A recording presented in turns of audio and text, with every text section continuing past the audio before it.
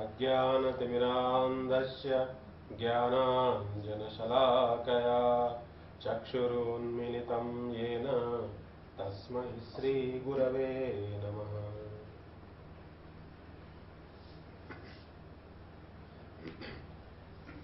పద్దెనిమిదో అధ్యాయం 26వ శ్లోకం. ముక్త సంగోనహం వాది మృత్యుత్సాహ సమన్వితః సిద్ధ్య సిద్ధ్యో నిర్వికారః కర్తా సాత్విక ఉచ్యతే రాగి కర్మ ఫల ప్రేప్సు లుబ్ధో హింసాత్మకో శుచిః హర్ష శోకాన్వితః కర్తా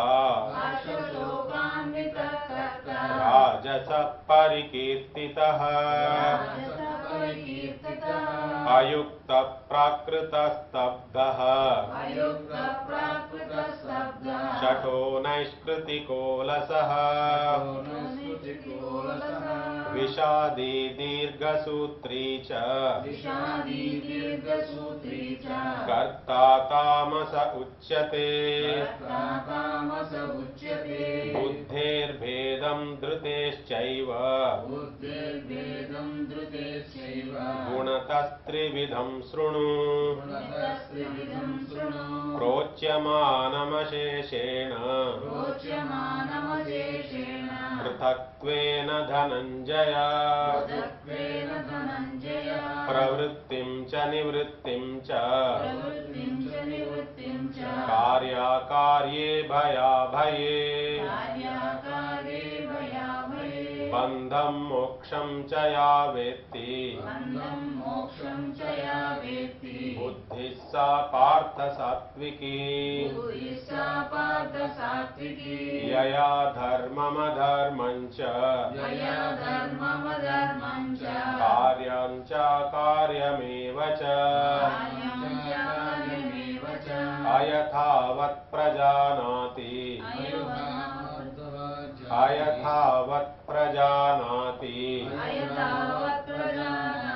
బుద్ధిః సా పార్థ రాజసీ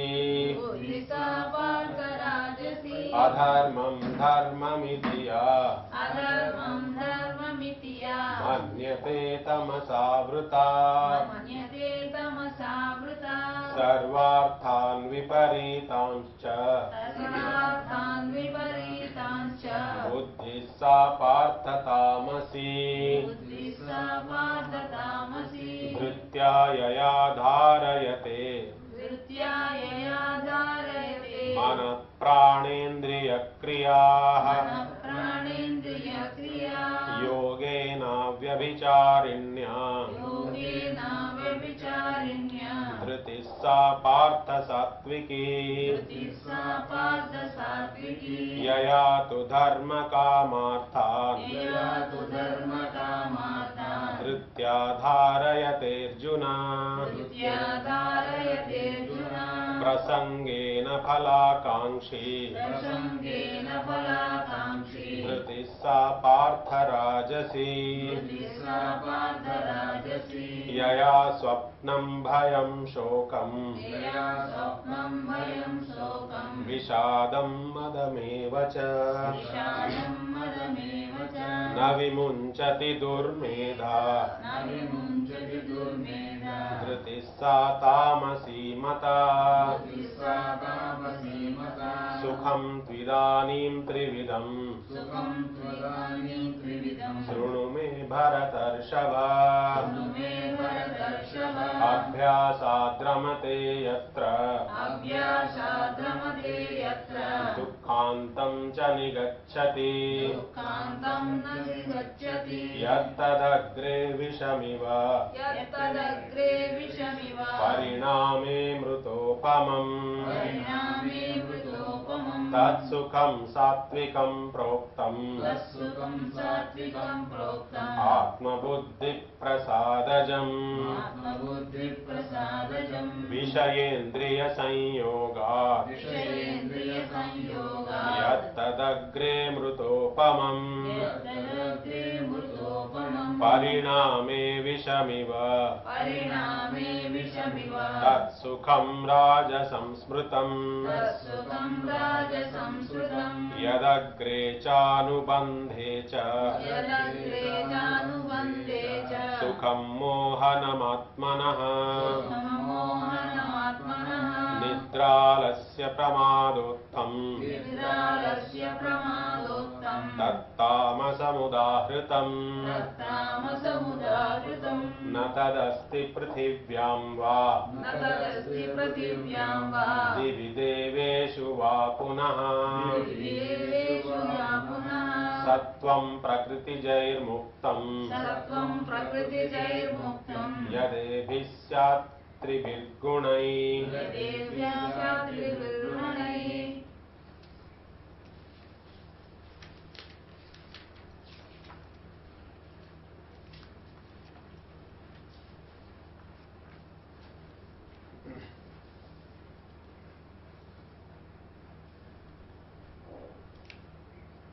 సాత్విక, రాజసిక, తామసిక ఈ మూడు రకాల్లో మనం చేసే కర్మలన్నీ, మనకున్న జ్ఞానము, మనం చేసే త్యాగము, మనం అనుభవించే సుఖము, మనకున్న బుద్ధి, మనకున్న ధృతి, ఇవన్నింటినీ సాత్విక, రాజసిక, తామసిక భాగాల్లో చెప్పుకుంటూ వస్తున్నారు.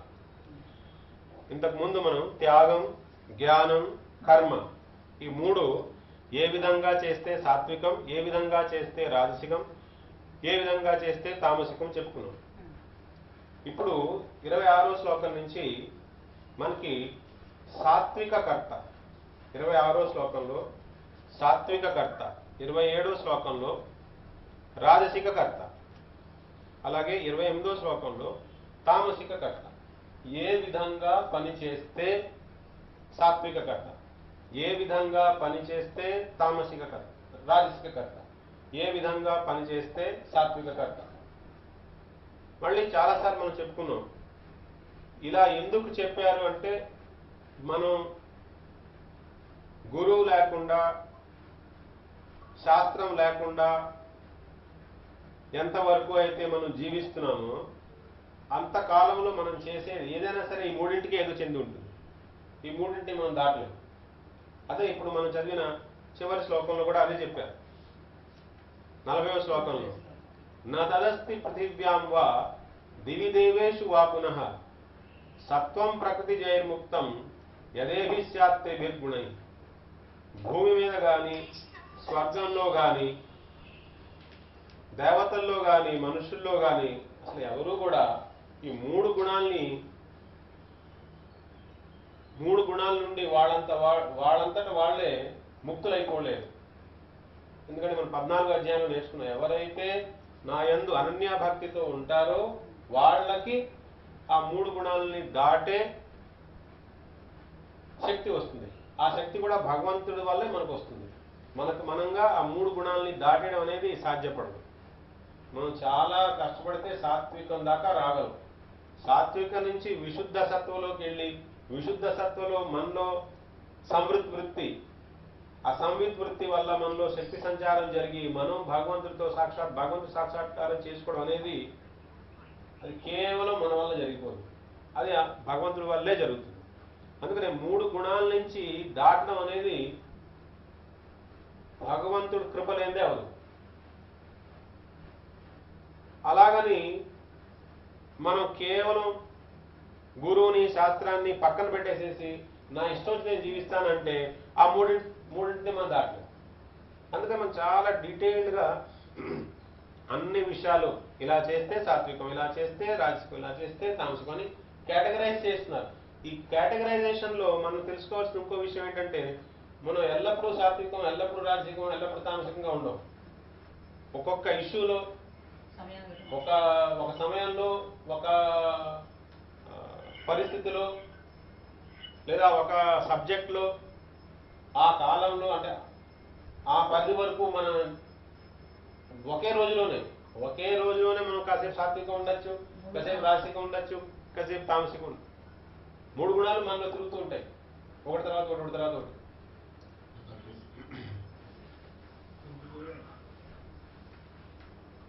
కాబట్టి ఇవి పర్మనెంట్ బ్రాండింగ్ కాదు. అయితే ఓవరాల్ గా మనం హ్యూమన్ ఇంటరాక్షన్స్ అన్ని అబ్జర్వ్ చేస్తే, ఒక లార్జ్ స్కేల్లో స్టాటిస్టిక్స్ తీస్తే మొత్తం జీవిత కాలంలో ఎక్కువ ఏది ఉన్నామో దాన్ని బట్టి మనం ఒక బ్రాండ్ వేయచ్చు అనమాట. ఈయన సత్వగుణం, ఈయన రజోగుణం, ఈయన తమోగుణం అని మనం చెప్పచ్చు. కానీ 3 ఉంటాయి, మూడు రంగులు మనకు ఉంటాయి, 3 మారుతూ ఉంటాయి. వేర్వేరు సమయాల్లో ఒకే వ్యక్తిలో వేర్వేరు భావాలు కనపడుతూ ఉంటాయి. 26వ శ్లోకం. ముక్త సంగోనహం వాది ధృత్యుత్సాహ సమన్వితః సిద్ధ్య సిద్ధ్యో నిర్వికారః కర్తా సాత్విక ఉచ్యతే.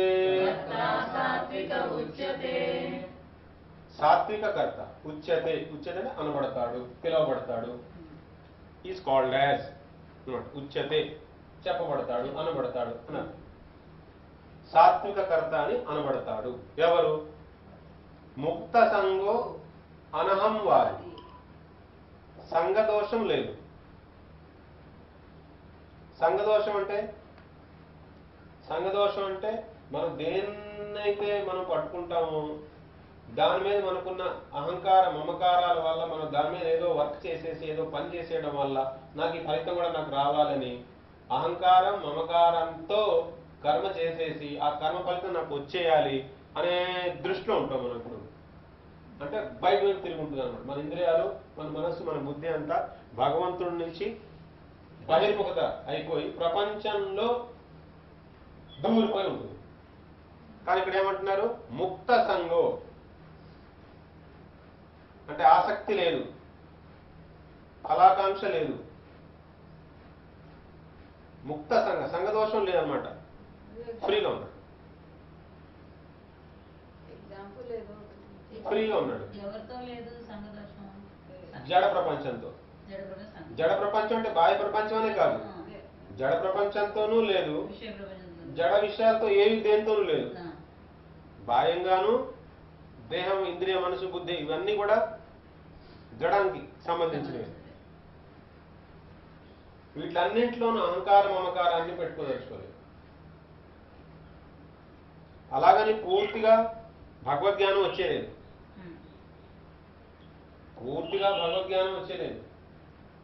ఎందుకంటే పూర్తిగా భగవద్జ్ఞానం వచ్చేస్తే సత్వగుణం కూడా ఉండదు, ఇంకా అది నిర్గుణం అయిపోతుంది, విశుద్ధ సత్వంలోకి వెళ్ళిపోతుంది. అంటే సూక్ష్మంగా ఇంకా ఏదో ఉంటుంది అనమాట. ఇంకా నేను కూడా ఉన్నాను అనేది ఇంకా చాలా సూక్ష్మంగా ఉంటుంది. కానీ ఇతరులతో పోలిస్తే చాలా ఫార్ బెటర్ అనమాట. ఏమేంటి? ముక్త సంగదోషం లేదు, అనహం వాది అహంకారం లేదు, ధృతి ధైర్యంగా ఉంటాడు, ఉత్సాహ సమన్విత ఉత్సాహంగా ఉంటాడు, డల్గా ఉండడు, ఉత్సాహంగా ఉంటాడు. సిద్ధ్య సిద్ధ్యో నిర్వికార, చేస్తున్న పని సిద్ధిస్తుందో సిద్ధించదో తెలియదా మనకి. ఆ రెండింటిలోనూ నిర్వికారంగా ఉంటాడు. ఫైనల్ రిజల్ట్ ఏదైనా రావచ్చు, మనకు తెలియదు కదా. సిద్ధ్య సిద్ధ్యో నిర్వికార, అలాంటి కర్త ఎవరైతే ఉంటాడో అటువంటి కర్తని సాత్విక కర్త అంటారు. చూడండి, సాత్విక కర్త ఏమంటే ఏమై ఉండాలి? నంబర్ 1 ముక్త సంగ, ఆసక్తి లేకుండా, అహంకారం లేకుండా, ధైర్యంగా ఉంటూ, ఉత్సాహంగా ఉంటూ, సిద్ధిస్తుందో మనకు తెలియదు కదా. సక్సెస్ ఆ ఫెయిల్యూర్ మనకు తెలియదు కదా. మనం తీసుకున్న ప్రాజెక్ట్లో దానికి నిర్వికారంగా ఉంటాడు. అంటే ఇప్పుడు ఏమైంది? ఉత్సాహంగా ఉన్నాడంటే పని చేస్తున్నాడనిగా, బద్ధంగా పడుకోలేదుగా. ధైర్యంగా ఉన్నాడంటే ఒడిదుడుకులు లేకుండా చక్కగా చేసుకుంటాడుగా. ధైర్యంగా ఉన్నవాడు ధైర్యంగా ఉన్నాడు, ఉత్సాహంగా ఉన్నాడంటే వాడు పని కరెక్ట్గా చేసుకుంటాడుగా. ఇంకేమన్నారు? ముక్త సంఘ. అహంకారం ఉంటే మన తీరులోనే తేడా వచ్చేస్తుంది, అహంకారం లేదు. అలాగే ఫలాశక్తి ఉంటే మనం చేయవలసిన పని సరిగ్గా చేయకుండా ఆసక్తి వాళ్ళు ఏం చేస్తాం, ఏదో తప్పటడుగు వేసేస్తాం, ఏదో రాంగ్ చేసేస్తాం. ఫుల్ ఎనర్జీ కూడా బ్లాక్ అయిపోయి ఉంటుంది. అంటే ఎనర్జీ ఫుల్ ఫ్రీగా చక్కగా మనం తీసుకున్న ప్రాజెక్ట్లో మనం చేస్తున్న పనిలో ఆ ఎనర్జీ చక్కగా అలా ఫ్లో అయిపోవాలి. ఏ పని చేస్తున్నా సరే, ఎవరు ఏ పని చేస్తున్నా సరే, అది రిక్షా వాడు రిక్షా లాగుతూ ఉండొచ్చు, లేకపోతే ఒక ప్రైమ్ మినిస్టర్ దేశాన్ని నడుపుతూ ఉండొచ్చు, ఏదైనా సరే ఏ పని చేసినా ఆ శక్తులన్నీ చక్కగా అందులో ప్రవహించేయాలి. ఆ పనిలో అహంకారం ఉండకూడదు, సంఘదోషం ఉండకూడదు, ధైర్యంగా ఉండాలి, ఉత్సాహంగా ఉండాలి. సిద్ధి అసిద్ధి, సిద్ధ్యసిద్ధ్యం, సిద్ధించినా సిద్ధించకపోయినా దాంట్లో నిర్వికారంగా ఉండాలి. ఎందుకని సిద్ధిస్తుందా సిద్ధించదా అనేది ఇంతకుముందు మనం చెప్పుకున్నాం. ఏదైనా ఒక ఫలితం మనకి రావాలంటే అందులో 5 విషయాలు ఉంటాయి. అందులో 5వది ఏంటి? దైవం. దైవం చైవాత్ర పంచమం. కాబట్టి మనం పూర్తిగా చేసినా సరే కూడా ఫలితం వస్తుందని గ్యారెంటీ లేదు. ఇన్వాల్వ్ అయినా సరే కూడా రాకపోవచ్చు అనేది కూడా యాక్సెప్ట్ చేసుకోవాలి. మనం పూర్తి స్థాయితో ఒక ప్రాజెక్ట్ మీద వర్క్ చేసినా కూడా రాకపోవచ్చు. ఎందుకని 5వది ఉంది, 5వది మన చేతిలో లేదు. దైవం అది మన చేతిలో లేదు. అది ఎలా రిలీజ్ అవుతుంది? అది మన పూర్వ చిట్టాన్ ప్రకారంగా రిలీజ్ అవుతూ ఉంటుంది. అది ఒక్కోసారి కొంచెం చేసినా చాలా వస్తుంది, ఒక్కోసారి చాలా చేసినా కొంచెమే వస్తుంది. కాబట్టి దాన్ని మనం అదృష్టం అంటాం. ఆ అదృష్టం అన్నా, ఆ దైవం అన్నా, దైవం చైవాత్ర పంచం అన్నారు కదా, ఆ దైవం అన్నా అదృష్టం అన్నా అదే. అదృష్టం అంటే ఏంటి? దృష్టం అంటే కనపడుతుంది, అదృష్టం అంటే కనపడదు. ఆ దైవం మనకి కనపడకుండా మన పూర్వ కర్మ ఫలితాల ప్రకారంగా పూర్వం మనం చాలా మంచి పనులు చేసాం అనుకోండి, ఇప్పుడు కొంచెం చేసినా కూడా చాలానే ఫలితం వచ్చేస్తుందంటే దాని అర్థం ఏంటి? ఆ పాత అకౌంట్ లోంచి కొంత వచ్చేస్తుంది, ప్లస్ వచ్చేస్తుంది. ఇప్పుడు ఎంత చేసినా పోతుందంటే దాని అర్థం ఏంటి? వెనకాల మైనస్ చాలా ఉంది. ఆ మైనస్ ఎఫెక్ట్ ఇప్పుడు చేసినా కూడా ఇది కూడా కొట్టుకుపోతుంది, నిలబడట్లేదు. అందుకని ఇప్పుడు సిద్ధి వస్తుందా సిద్ధి రాదా అనే దాని మీద టెన్షన్ లేకుండా, మనం తీసుకున్న ప్రాజెక్ట్ మీద అహంకారం లేకుండా, సంఘదోషం లేకుండా, ధైర్యంగా ఉంటూ ఉత్సాహంతో ఎవరైతే తన పని చేసుకుపోతాడో అటువంటి కర్త సాత్విక కర్త. 27 రాగి కర్మ ఫల ప్రేప్సు లుబ్ధో హింసాత్మకో శుచి హర్ష శోకాన్విత కర్త రాజసః పరికీర్తితః. ఇప్పుడు రాజసిక కర్త ఎవరు? ఏ విధంగా ఒక ప్రాజెక్ట్ మీద ఒక పని మనం చేస్తే మనం రాజసిక కర్త అనిపించుకుంటాం? కర్మ యందు ఆసక్తి, విపరీతమైన ఆసక్తి. కర్మ ఫలితం యందు కూడా ఆసక్తి, కర్మతో వచ్చేయాల్సిందే నాకు. విషయాల్లో ఆసక్తి, హింస చేయడానికైనా రెడీగా ఉన్నాడు. అశుచి, శుచి శుభ్రం లేదు.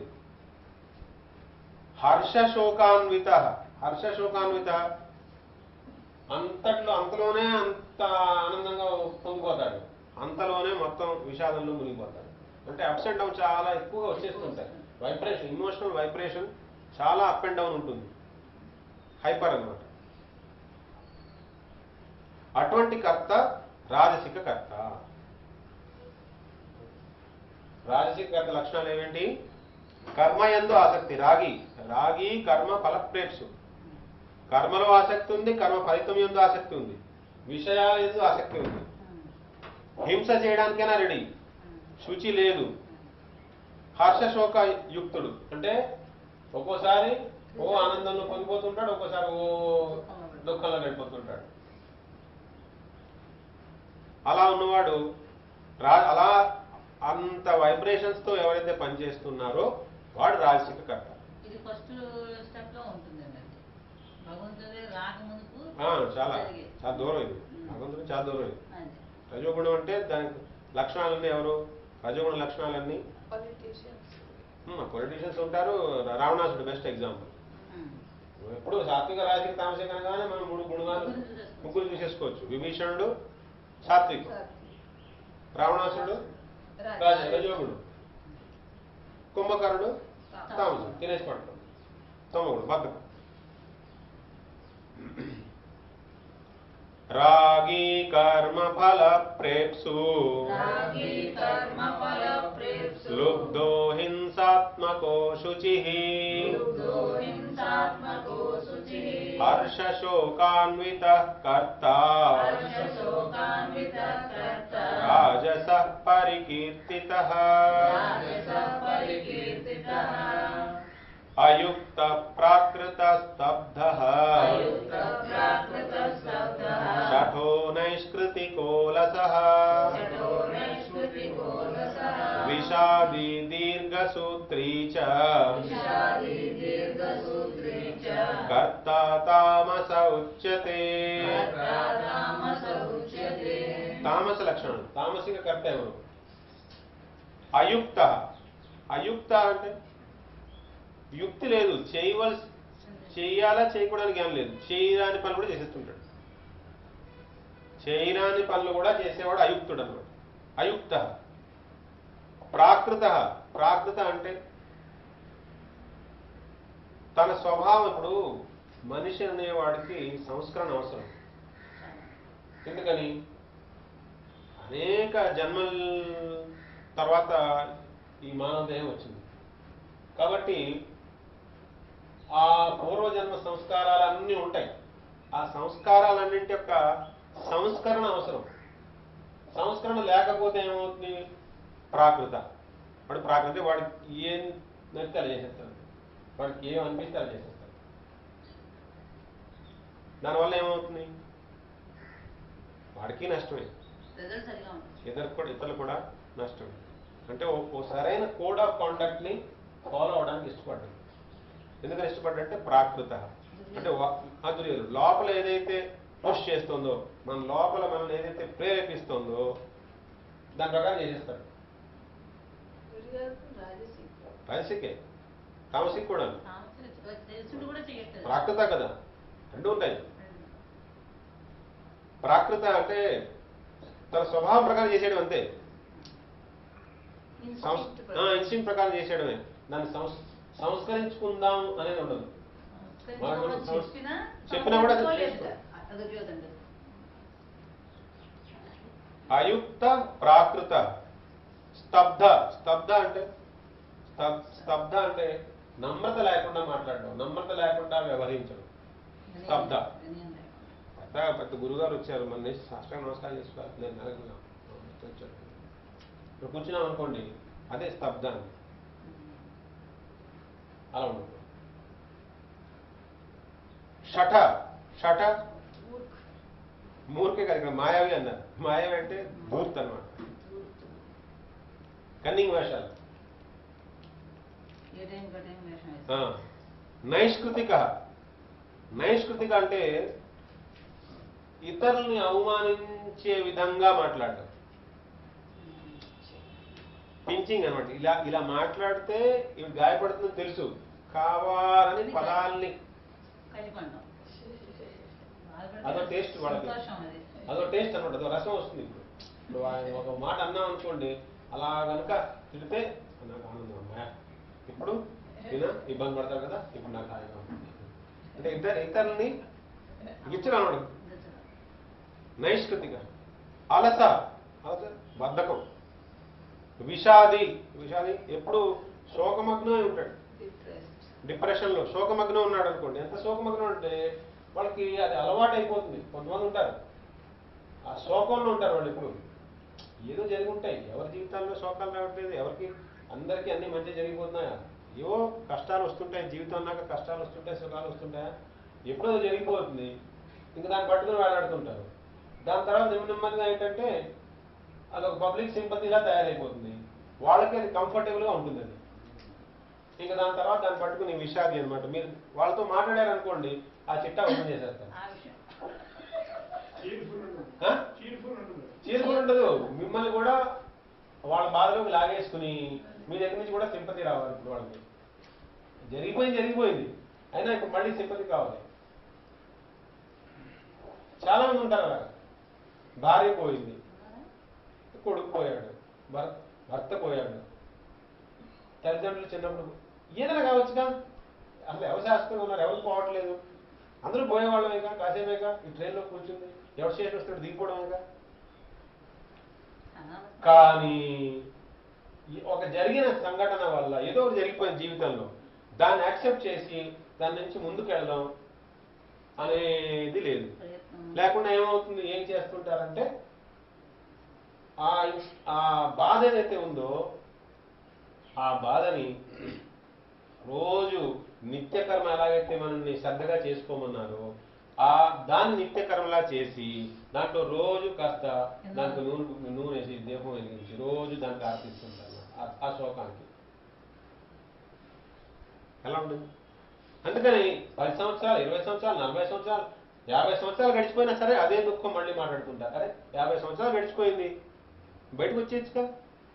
ఈ 50 సంవత్సరాల్లో నువ్వు మంచివి ఇంకెప్పుడు తినలేదా, మంచి వస్త్రాలు ఎప్పుడు కట్టుకోలేదా, నువ్వు సుఖంగా ఎప్పుడు ఉండలేదా, అన్నీ అనుభవించావుగా.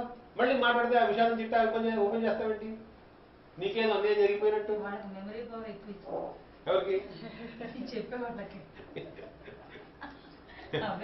చాలా సార్లు అదేమో షట్ అనమాట, మాయావి. ఇతరులు కూడా అందులో లాగేయడానికి సింపతి కావాలి. విషాది వస్తాయి జీవితంలో, సుఖాలు వస్తుంటాయి, దుఃఖాలు వస్తుంటాయి, అని దాటేసుకోవాలి.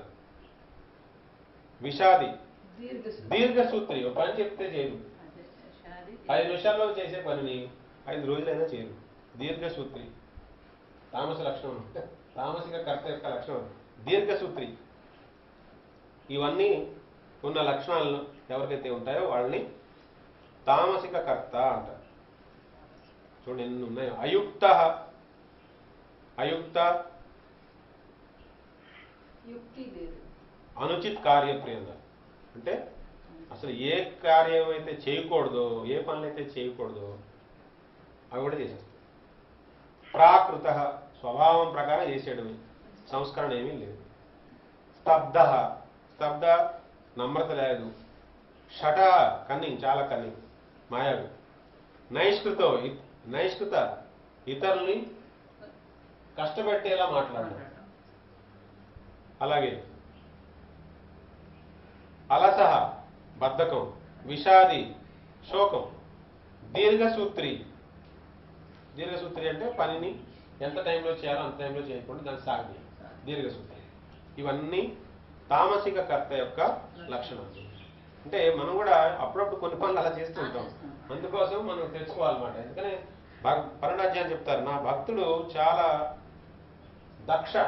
భక్తుడు ఉండవలసిన లక్షణం అంటే దక్ష. దక్ష అంటే స్కిల్ఫుల్గా చేసేస్తాడు అనమాట. టాలెంట్ ఉంటుంది, స్కిల్ఫుల్గా చేసేయాలి, నేర్పరితనంతో చేసేస్తారు.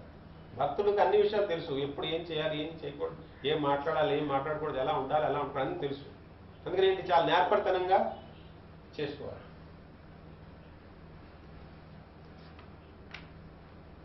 బుద్ధేర్భేదం ధృతేశ్చైవ గుణతస్త్రివిధం శృణు ప్రోచ్యమానమశేషేణ పృథక్త్వేన ధనంజయ. ఇప్పుడు బుద్ధి కూడా 3 రకాలు, ధృతి కూడా 3 రకాలు. ఆ 3 రకాల బుద్ధి ఏంటో, ఆ 3 రకాల ధృతి ఏంటో అవన్నీ వేరువేరుగా డీటెయిల్గా చెప్తాను, జాగ్రత్తగా వినండి. శృణు, శృణు అంటే విను. పృథకత్వేన అంటే డీటెయిల్గా విడుడిగా చెప్తాను అన్ని. ధనంజయ, మళ్ళీ ఇక్కడ పేరు ధనంజయ వాడు అంటే ఇంతకుముందు చెప్పినప్పుడు కూడా ఆ శ్లోకానికి అర్థం సరిపోయేలా ఉంటుంది అనమాట పేరు. అర్జునుడికి బోడని పేర్లు ఉన్నాయి కదా. ధనంజయ అంటే, ధనంజయ అంటే బోడని ధనాన్ని సంపాదించాడు ఆయన. బోడని యుద్ధాల్లోకి వెళ్ళి బోడని సార్లు గెలుచుకొచ్చి బోడంత ధనాన్ని సంపాదించాడు ధనంజయ. ఇక్కడ ధనంజయ ఇప్పుడు ఈ ధనాన్ని సంపాదించుకోవాలి. అసలు మనకు ఏం బుద్ధి ఉంది, అది ఏ కోవకు చెందింది, అలాగే మనకున్న ధైర్యం ఏంటి, అది ఏ కోవకు చెందింది, మనం ఏ కోవకు చెందిన కర్త, మనం చేస్తున్న కర్మలు ఎలా ఉన్నాయి, ఈ విషయాలన్నీ అంటే ఈ జ్ఞానం అంతా మనం సేకరించుకుంటున్నామంటే అదో ధనం, జ్ఞానధనం అన్నమాట. డబ్బులు ఒక ధనం, జ్ఞానం ఒక ధనం, ఆరోగ్యం కూడా ఒక ధనం. మనకున్న అసలైన ధనం మహాధనం.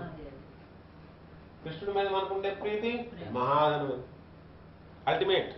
దానివల్ల అన్ని ఆ మూడు బుద్ధి 3 రకాలు, ధృతి కూడా 3 రకాలు. ఆ 3 రకాల బుద్ధి 3 రకాల ధృతి గురించి చెప్తాను, విను అంటున్నా. ప్రవృత్తిం చ నివృత్తిం చ కార్యాకార్యే భయాభయే బంధం మోక్షం చ యా వేత్తి బుద్ధి సా పార్థ సాత్వికీ. ప్రవృత్తిం చ నివృత్తిం చ కార్యాకార్యే భయాభయే బంధం మోక్షం చ యా వేత్తి. ఏ బుద్ధి వల్ల అయితే మనకి ప్రవృత్తి నివృత్తి తెలుస్తాయి. ప్రవృత్తి అంటే ప్రవేశించడం, అందులో దూరడం. నివృత్తి అంటే బయటకు వచ్చేది. అంటే ఏదైనా ఒక ఇష్యూలో ఎప్పుడు దూరాలి, ఎప్పుడు బయటకు వచ్చేయాలి. అలాగే మన వేదాల్లో 2 మార్గాలు ఉన్నాయి, 2 మార్గాలు చెప్పబడ్డాయి. ఏమేంటి? ప్రవృత్తి మార్గం, నివృత్తి మార్గం. భగవంతుడిని పొందడానికి 2 మార్గాలు చెప్పారు, ప్రవృత్తి మార్గం, నివృత్తి మార్గం. ప్రవృత్తి మార్గం అంటే బ్రహ్మచర్యం తర్వాత గృహస్థాశ్రమంలోకి వెళ్ళి పెళ్లి చేసుకుని, ఈ గృహస్థాశ్రమం నుంచి మళ్ళీ క్రమేపీ వానప్రస్థం నుంచి సన్యాసం. అంటే ఒక లాంగ్ స్పాన్ తీసుకున్నాం అనమాట. మనల్ని మనం అర్థం చేసుకోవడానికి, మనలో ఉండే విషయ వాసనలన్నీ క్లీన్ చేసుకోవడానికి ఈ ఆశ్రమాలని మనం ఎన్నుకున్నాం, ఈ మార్గాన్ని ఎన్నుకున్నాం. ఆ మార్గాన్ని ఏమంటారు? ప్రవృత్తి మార్గం అంటారు. అలాగే నివృత్తి మార్గం అంటే ఏంటి?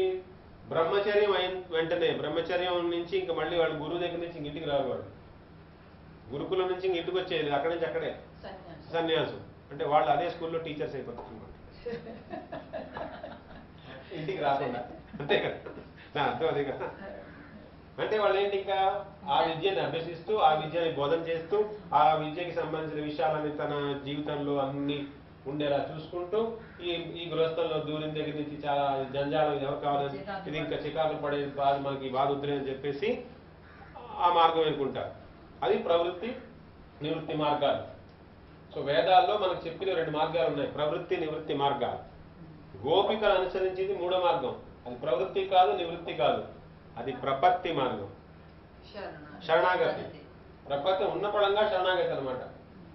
గోపికలు అనుసరించిన మార్గాన్ని, అది ప్రవృత్తి మార్గానికి నివృత్తి మార్గానికి రెండింటికి అతీతం. అది ప్రవృత్తి మార్గానికి నివృత్తి, ఎందుకంటే ఓ పట్టాన్ని తేవలట్లేదు కదా. ప్రవృత్తి అయినా ఓ పట్టాన్ని తేవలట్లేదు, నివృత్తి అయినా ఓ పట్టాన్ని తేవలట్లేదు. నివృత్తి అయ్యి వెళ్ళిపోవాలంటే నేను పెద్ద స్వామి అయిపోవాలి, నాకు మఠం ఉండాలి, లేదా నాకు పేరు ప్రతిష్ట ఉండాలి. కేవలం దేశం ఇండియాలోనే చెప్తే సరిపోతుందా? అబ్బాయి దేశ విదేశాల్లో చెప్పాలి. మరి దేశ విదేశాలు చెప్పాలంటే విమానాల్లో తిరగాలి, నాకు స్టేటస్ ఉండాలి, నాకు డబ్బులు ఉండాలి, పేరు ప్రతిష్ట ఉండాలి. ఒక పెద్ద సైకిల్ అయిపోయింది, అదో పెద్దది అయిపోయింది, సరిపోతుంది. అలాగే పోనీ ఇందులో దూరితే, గృహస్థానం దూరితే ఇంక ఇదొక ఎండ్లెస్ ప్రాసెస్. రెండు లాంగ్ ప్రాసెస్లే. ఎందుకంటే ఓ పట్టాన్న అహంకార మమకారాలని విడిచిపెట్టడం అనేది అంత తేలికైన విషయం కాదు. త్రిగుణాలని దాటడం అంత తేలికైన విషయం కాదు. కాబట్టి మనం ఏ మార్గంలోకి వెళ్ళినా, ప్రవృత్తి మార్గంలోకి వెళ్ళినా, నివృత్తి మార్గంలోకి వెళ్ళినా కూడా ఓ పట్టాన్ని బయటికి రాదు. అందుకని గోపికల ద్వారా మనం తెలుసుకోవాల్సిన మార్గం ఏంటంటే ప్రపత్తి మార్గం. అది ప్రవృత్తి కాదు, నివృత్తి కాదు, ప్రపత్తి. ప్రపత్తి అంటే డైరెక్ట్ గా ఆయన శరణంలోకి వెళ్ళిపోవడం. అదే భగవద్గీత యొక్క ఎసెన్స్ కూడా. 66వ శ్లోకంలో మనం చెప్పినదే, సర్వధర్మాన్ పరిత్యజ్య మామేకం శరణం వ్రజ. సర్వధర్మాన్ పరిత్యజ్య అంటే ఏ ధర్మం? నీ వర్ణాశ్రమ ధర్మం, లోకధర్మం, వేద ధర్మం, సమాజ ధర్మం, ఇన్ని ధర్మాలు ఉన్నాయి. నీ దేశ ధర్మం, ఇన్ని ధర్మాలు పాటించేసరికి అయిపోయింది. నువ్వు నా దాకా ఎప్పుడు వస్తావు? నువ్వు నా దాకా అసలు రానే లేవు, అసలు నేను నీకు గుర్తే రాను. ఇన్ని ధర్మాలన్నీ పాటించుకుంటూ రావాలి అనుకుంటే అసలు నువ్వు నా దగ్గరికి రాలేవు. కాబట్టి సర్వధర్మాన్ని పరిత్యజ్య మామేకం శరణం. ఆంతరికంగా అన్ని విడిచిపెట్టేసేసి భగవన్ శరణంలోకి వెళ్ళిపో. అదే ప్రపత్తి మార్గం. అంటే ఇప్పుడు ఇక్కడ ఏమంటున్నారు, సాత్విక బుద్ధి ఎటువంటిది అంటే అది తెలుస్తుంది అనమాట ఆ బుద్ధికి. ఓహో ఇలా ఏది ప్రవృత్తి మార్గం, ఏది నివృత్తి మార్గం, ఎందులో నేను ప్రవేశించాలి, దేనిలో బయటకు వచ్చేయాలి, ఒక ఇష్యూలో నేను ఎంతవరకు వెళ్ళాలి, ఎప్పుడు బయటకు వచ్చేయాలి, అలాగే ఏం చేయాలి ఏం చేయకూడదు, కార్య అకార్య, ఏం చేయాలి ఏం చేయకూడదు, ఏం చేస్తే నా మనసు భయంతో ఉంటుంది, ఏం చేస్తే భయాన్ని కంటే దాటి వెళ్ళిపోతుంది, అభయం, ఏం చేస్తే అభయం వస్తుంది. 16వ అధ్యాయం మొదట్లో చెప్పారు అభయం సత్వ సంశుద్ధి అంటూ మొదలైంది కదా. అభయం భగవద్గీత అంతా చెప్పేది ఏంటి, వీతరాగ భయక్రోధ, అస్తమానం చెప్తుండ్రు వీతరాగ భయక్రోధ.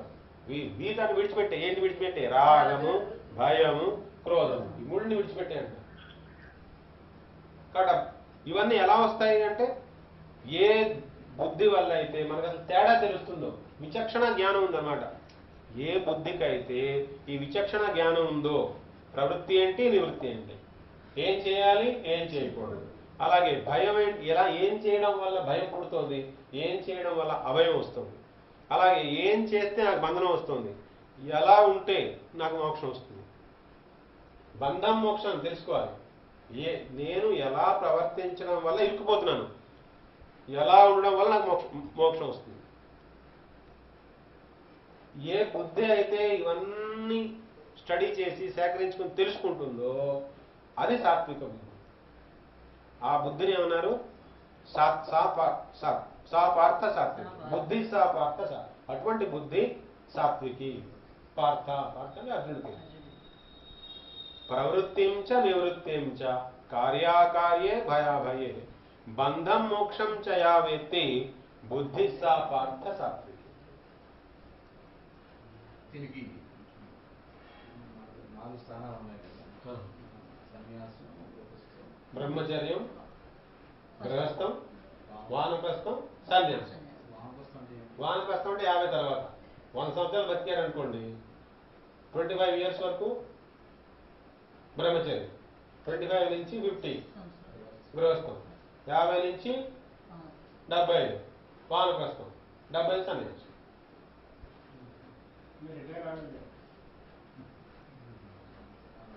అలా అవన్నీ మానేసి గోపిక మార్గం అయితే అసలు మొదట్లోనే ఉన్నపడంగా శరణాగతి. అది లాంగ్ ప్రాసెస్ అయిపోతుంది కదా.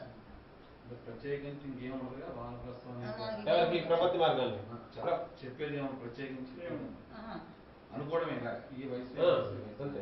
అంటే ఇప్పుడు కొంత ఇప్పుడు ఎలా ఉంటుందంటే మనం ఫస్ట్ మనం దూరుతాం కదా. బ్రహ్మచర్యం అంటే మనం ఏం చేస్తారు, బ్రహ్మచర్యం గురువు దగ్గరికి వెళ్తారు, విద్య నేర్చుకుంటారు, 2 విద్యలు నేర్పుతారు, పరా అపర 2 విద్యలు నేర్పుతారు.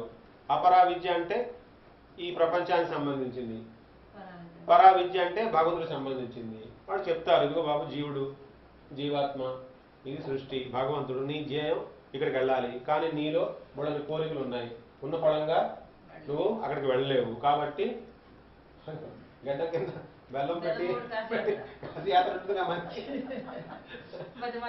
బతిమాలి పెళ్లి చేసుకోమంటారు కదా.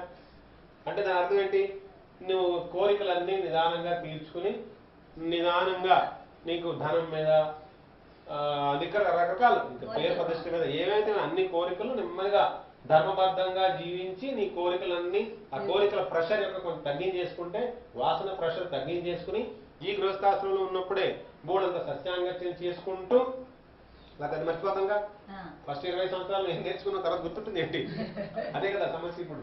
కాబట్టి సత్సాంగత్యం ఎప్పుడు ఉంచుకుంటూ, గృహస్థాశ్రమం మెయిన్ పర్పస్ ఏంటంటే అక్కడ నేర్చుకున్న విధంగా ఇక్కడ నడవాలి.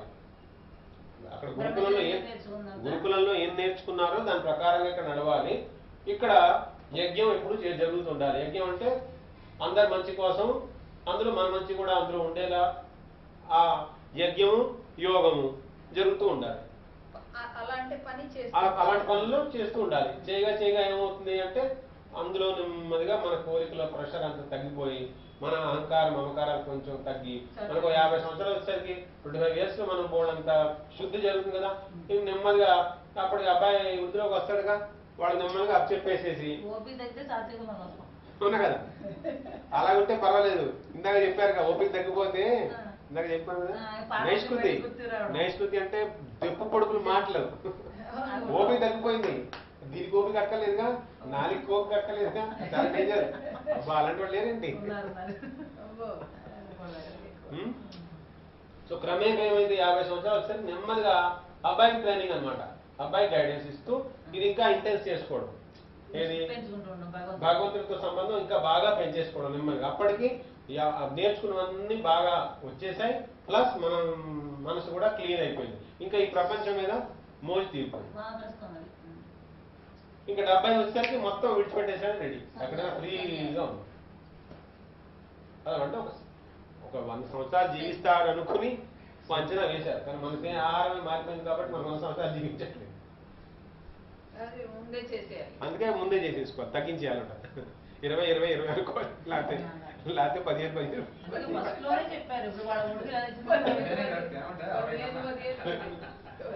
సాధన ఇంకేం చేస్తారు.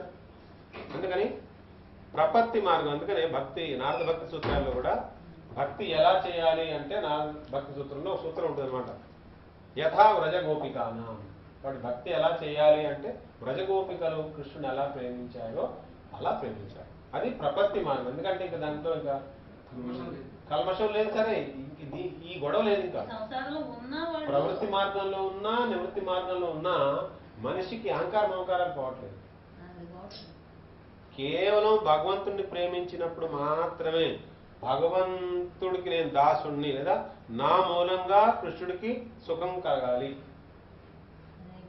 అనే భావన స్ట్రాంగ్ అయిపోయింది వాళ్ళకి, గోపికలు. అప్పుడేమైంది, ఇంకా అహంకార మమకారం, వాడి కోసం ఏం చేయరు, అప్పుడు సొంతంగా ఏం చేసుకోరు, సొంతం కోసం ఏమి కాదు. వాళ్ళు చేసుకునే అలంకరణ ఏదైనా సరే కూడా ఆయన కోసం, అంతా భగవంతుడి కోసం.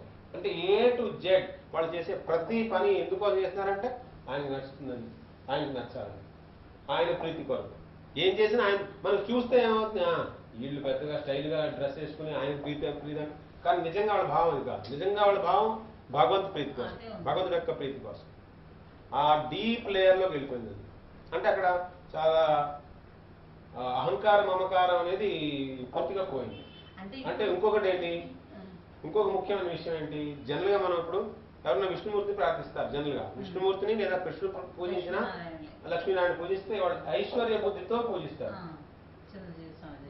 ఐశ్వర్య బుద్ధితో పూజించడం వేరు, కృష్ణుడిది గోపికలది ఐశ్వర్య బుద్ధితో పూజించట్లేదు, మాధుర్య బుద్ధి, మాధుర్య భావం. కాబట్టి మాధుర్య భావంతో ప్రేమిస్తున్నప్పుడు ఏమైంది, అక్కడి నుంచి ఆయన ఈశ్వరుడు కాబట్టి ఆయన దగ్గర నుంచి నాకేదో రావాలనేది కూడా లేదు. ఎందుకంటే ఆయన ఈశ్వరుడు కాబట్టి నేను పూజిస్తానంటే దాని అర్థం ఏంటి, మీరు చాలా ధనవంతులు కాబట్టి మీతో ఫ్రెండ్షిప్ చేస్తానంటే ఏంటి, మీ ఇంటికి వస్తే మంచి మంచి తిన్నాను పెడతారు, నేను నాకు ఇస్తే అవసరం డబ్బులు ఇస్తారు, చేస్తారని కదా ఎక్స్పెక్టేషన్ ఉంటుంది ఎక్కడో కూడా. లేకపోతే మీ ఐశ్వర్యాన్ని చూసి మీకు ఎందుకు మిమ్మల్ని ఎందుకు మీతో సంబంధం పెట్టుకోవాలి.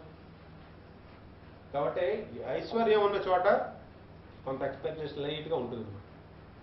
ఇక్కడ అది కూడా లేదు, మొత్తం దొరికిపోయింది. అంటే ఇటు ఈ దృష్టి అసలు ఇంకేం లేదు, ప్రాపంచిక దృష్టి అసలు ఏమీ లేదు. చిన్మయమైనటువంటి ఆత్మ, చిన్మయమైనటువంటి పరమాత్మతో కలిసి ఉండాలి అనే ఒక ప్రయత్నం. కేవలం బాహ్యంగా ఏం లేదు. అంటే ఇప్పుడు ఈ పిల్లలు బట్టి వస్తుందండి అహంకార మమకారాలు వదిలేద్దామన్న పోవటం లేదంటే ఈ తిండి వల్ల అన్నీ ఒకటే ఉంది. అన్నీ వాతావరణం, మనం తీసుకునే ఆహారం, మనం చేసే సాంగత్యం, మనం వినేవి చూసేవి అన్నీ మనకి పంచేంద్రియాల ద్వారా మనకి లోపలికి ఏం వెళ్తుందో, పంచేంద్రియాల ద్వారా మనకి ఏం వెళ్తుందో అదంతా ఫుడ్డే. కేవలం నాలుగుతో తినేదే కాదు, వినేవి చూసేవి కూడా అది కూడా ఫుడ్డే, మెంటల్ ఫుడ్డే. అది కూడా అదే వెళ్ళి తిరుగుతుంది కదా లోపల. ఏవైతే చూస్తున్నామో వింటున్నామో అది బరులు తిరుగుతుంటుంది. అందుకనే ఏమంటారంటే గ్రామ్య కథా సునివేనా అని చెప్పారు కదా, చెప్పారు కదా, బాలో ఖాయివేనా బాలో పరివేనా గ్రామ్య వార్త పరివేనా. గ్రామ్య విషయాలన్నీ మాట్లాడుకుంటూ కాలక్షేపం చేసుకోవద్దు, హరినామ సదాలు ఇవి అంటారు. హరినామ సంగీతం ఎప్పుడు చేసుకుంటూ ఉండండి, కృష్ణనామం ఎప్పుడు జపించుకోండి అని.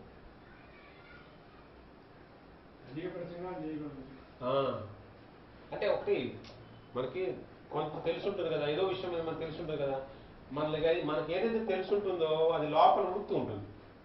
అది ఎవరికి చెప్పలేదు అనుకోండి, అది లోపల వచ్చే వరకు మనకి కొంచెం లావుగా ఉంది.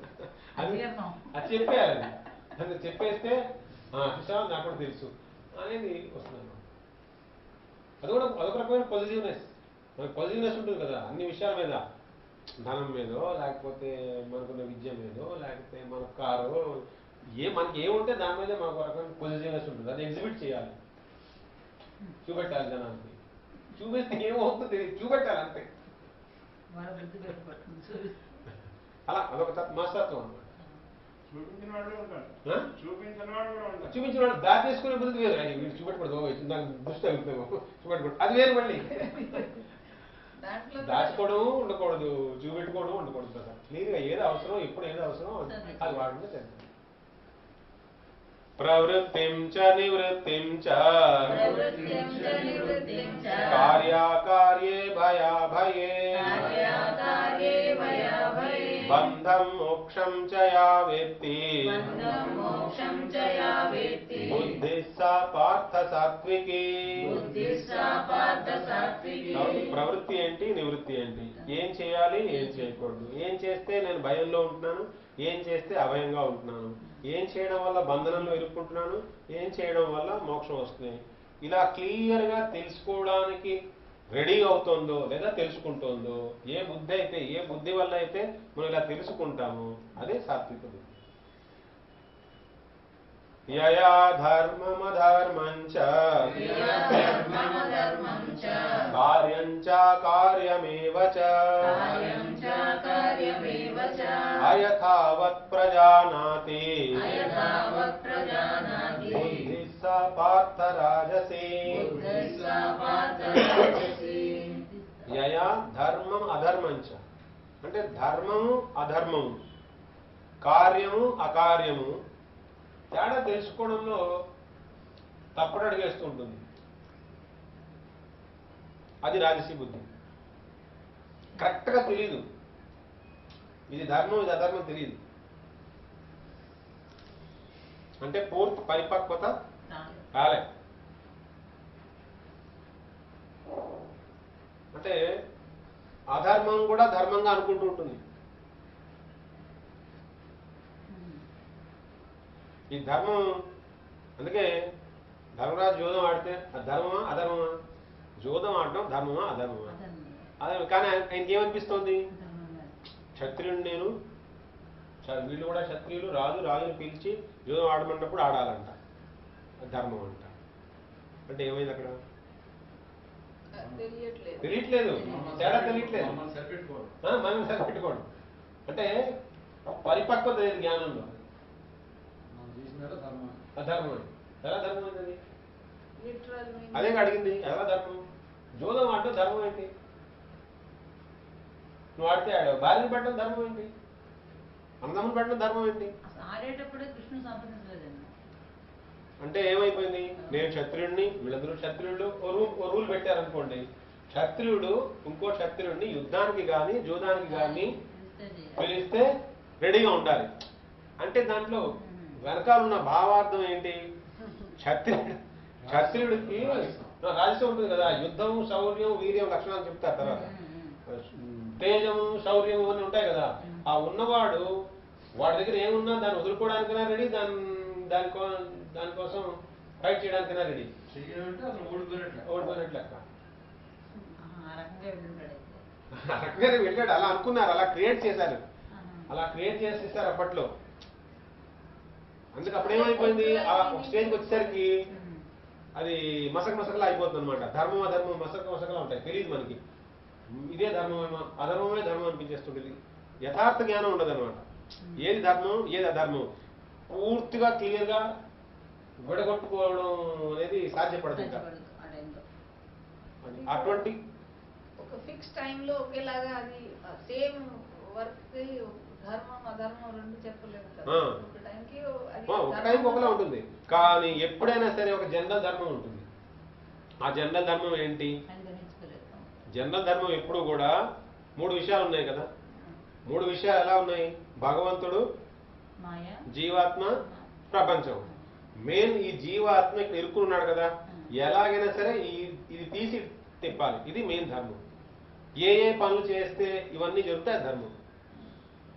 మనం చేసే జీవితంలో అన్ని కార్యక్రమాల యొక్క మెయిన్ పర్పస్ అది. అది ప్రవృత్తి మార్గమైనా నివృత్తి మార్గమైనా పర్పస్ అదే. ఇప్పుడు భగవంతుడు ఇక్కడ ఉన్నాడు, ప్రపంచం ఎక్కడ ఉంటాయి, ఇక్కడ పెళ్లి ఎందుకు చేశారు దానికి? భగవంతుడికి వెళ్ళాలా? పెళ్లి ఎందుకు చేస్తున్నావంటే ధర్మం. కానీ ఎటువంటి ధర్మం? కరెక్టే కూడా. ఎలాగా? ఎందుకంటే ఒక్కసారిగా ఇప్పటికిప్పుడు నువ్వు ఇవన్నీ నీ కోరికలు నువ్వు విడిచిపెట్టలేవు. కాబట్టి ధర్మయుక్తంగా జీవించి నెమ్మదిగా నీ కోరికలు తగ్గిన తర్వాత ఇటు రావాలి, మర్చిపోతారు. అందుకని ఏం చెప్పారు? గృహస్థాశ్రమంలో ఉన్నంత కాలము నువ్వు బ్రహ్మచర్యంలో గురువు దగ్గర నేర్చుకుంది ఎప్పుడు కంటిన్యూ చేయాలి. నువ్వేమో ఆ టీచరే సరిగ్గా లేనప్పుడు. మనం బ్రహ్మచర్యంలో ఉన్నప్పుడు మన గురుకులం ఏది, మన గురువు ఎవరు, మన శాస్త్రం ఏది లేదుగా. ఇప్పుడు మొత్తం పోయింది. మొత్తం చదువు యొక్క పర్పస్ ఏంటంటే నువ్వు ఉద్యోగం చేయాలి. ఉద్యోగం చేస్తే ఏం చేయాలంటే డబ్బు సంపాదించాలంటే పెళ్ళాన్ని పోషించాలి. వచ్చిన పనిలో గొడవ పెట్టి పారిపోతే తల్లిదండ్రులు వదిలేసేయంటే వెళ్ళిపోకూడదు అని ఎవరు చెప్పారు? స్కూల్లో చెప్పలేదు. అది ధర్మం తెలుసుకోవాలి. అప్పుడు అంటే ఏమైంది? సనాతన ధర్మం పోయింది పూర్తిగా. ఇంకెక్కడ ఉంది? మారిపోయింది. మొత్తం అంతా మారిపోతుంది.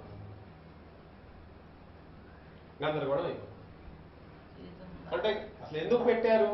నెమ్మదిగా వీళ్ళల్లో ఆ సంస్కరణ జరుగుతుందని. అలా జరగాలంటే గృహస్థాశ్రమంలో ఉన్న వాళ్ళే ఎక్కువ సాధు సాంగత్యం చేయాలి. ఎందుకని? ఆ రియల్ సాధువులు ఎప్పుడైతే మనకి గైడెన్స్ ఇస్తూ ఉంటారో వాళ్ళ గైడెన్స్ ప్రకారంగా మనం వెళుతూ ఉంటే అప్పుడు మనం బ్రహ్మచర్యంలో ఏమేమైతే గురుకులంలో నేర్చుకున్నామో అవన్నీ కంటిన్యూ అవుతాయి చివరి దాకా. మనం ఏమో డీలింక్ అయిపోతున్నాం అక్కడి నుంచి. ఆ డీలింక్ అవ్వకూడదు. అందుకనే సాధు సాంగత్యం. సాధు ఏం చేస్తాడు? శాస్త్రం ఉన్నదే చెప్తాడు. శాస్త్రంలో ఏముంటుంది? భగవంతుడు ఏం చెప్పాడో అదే ఉంటుంది.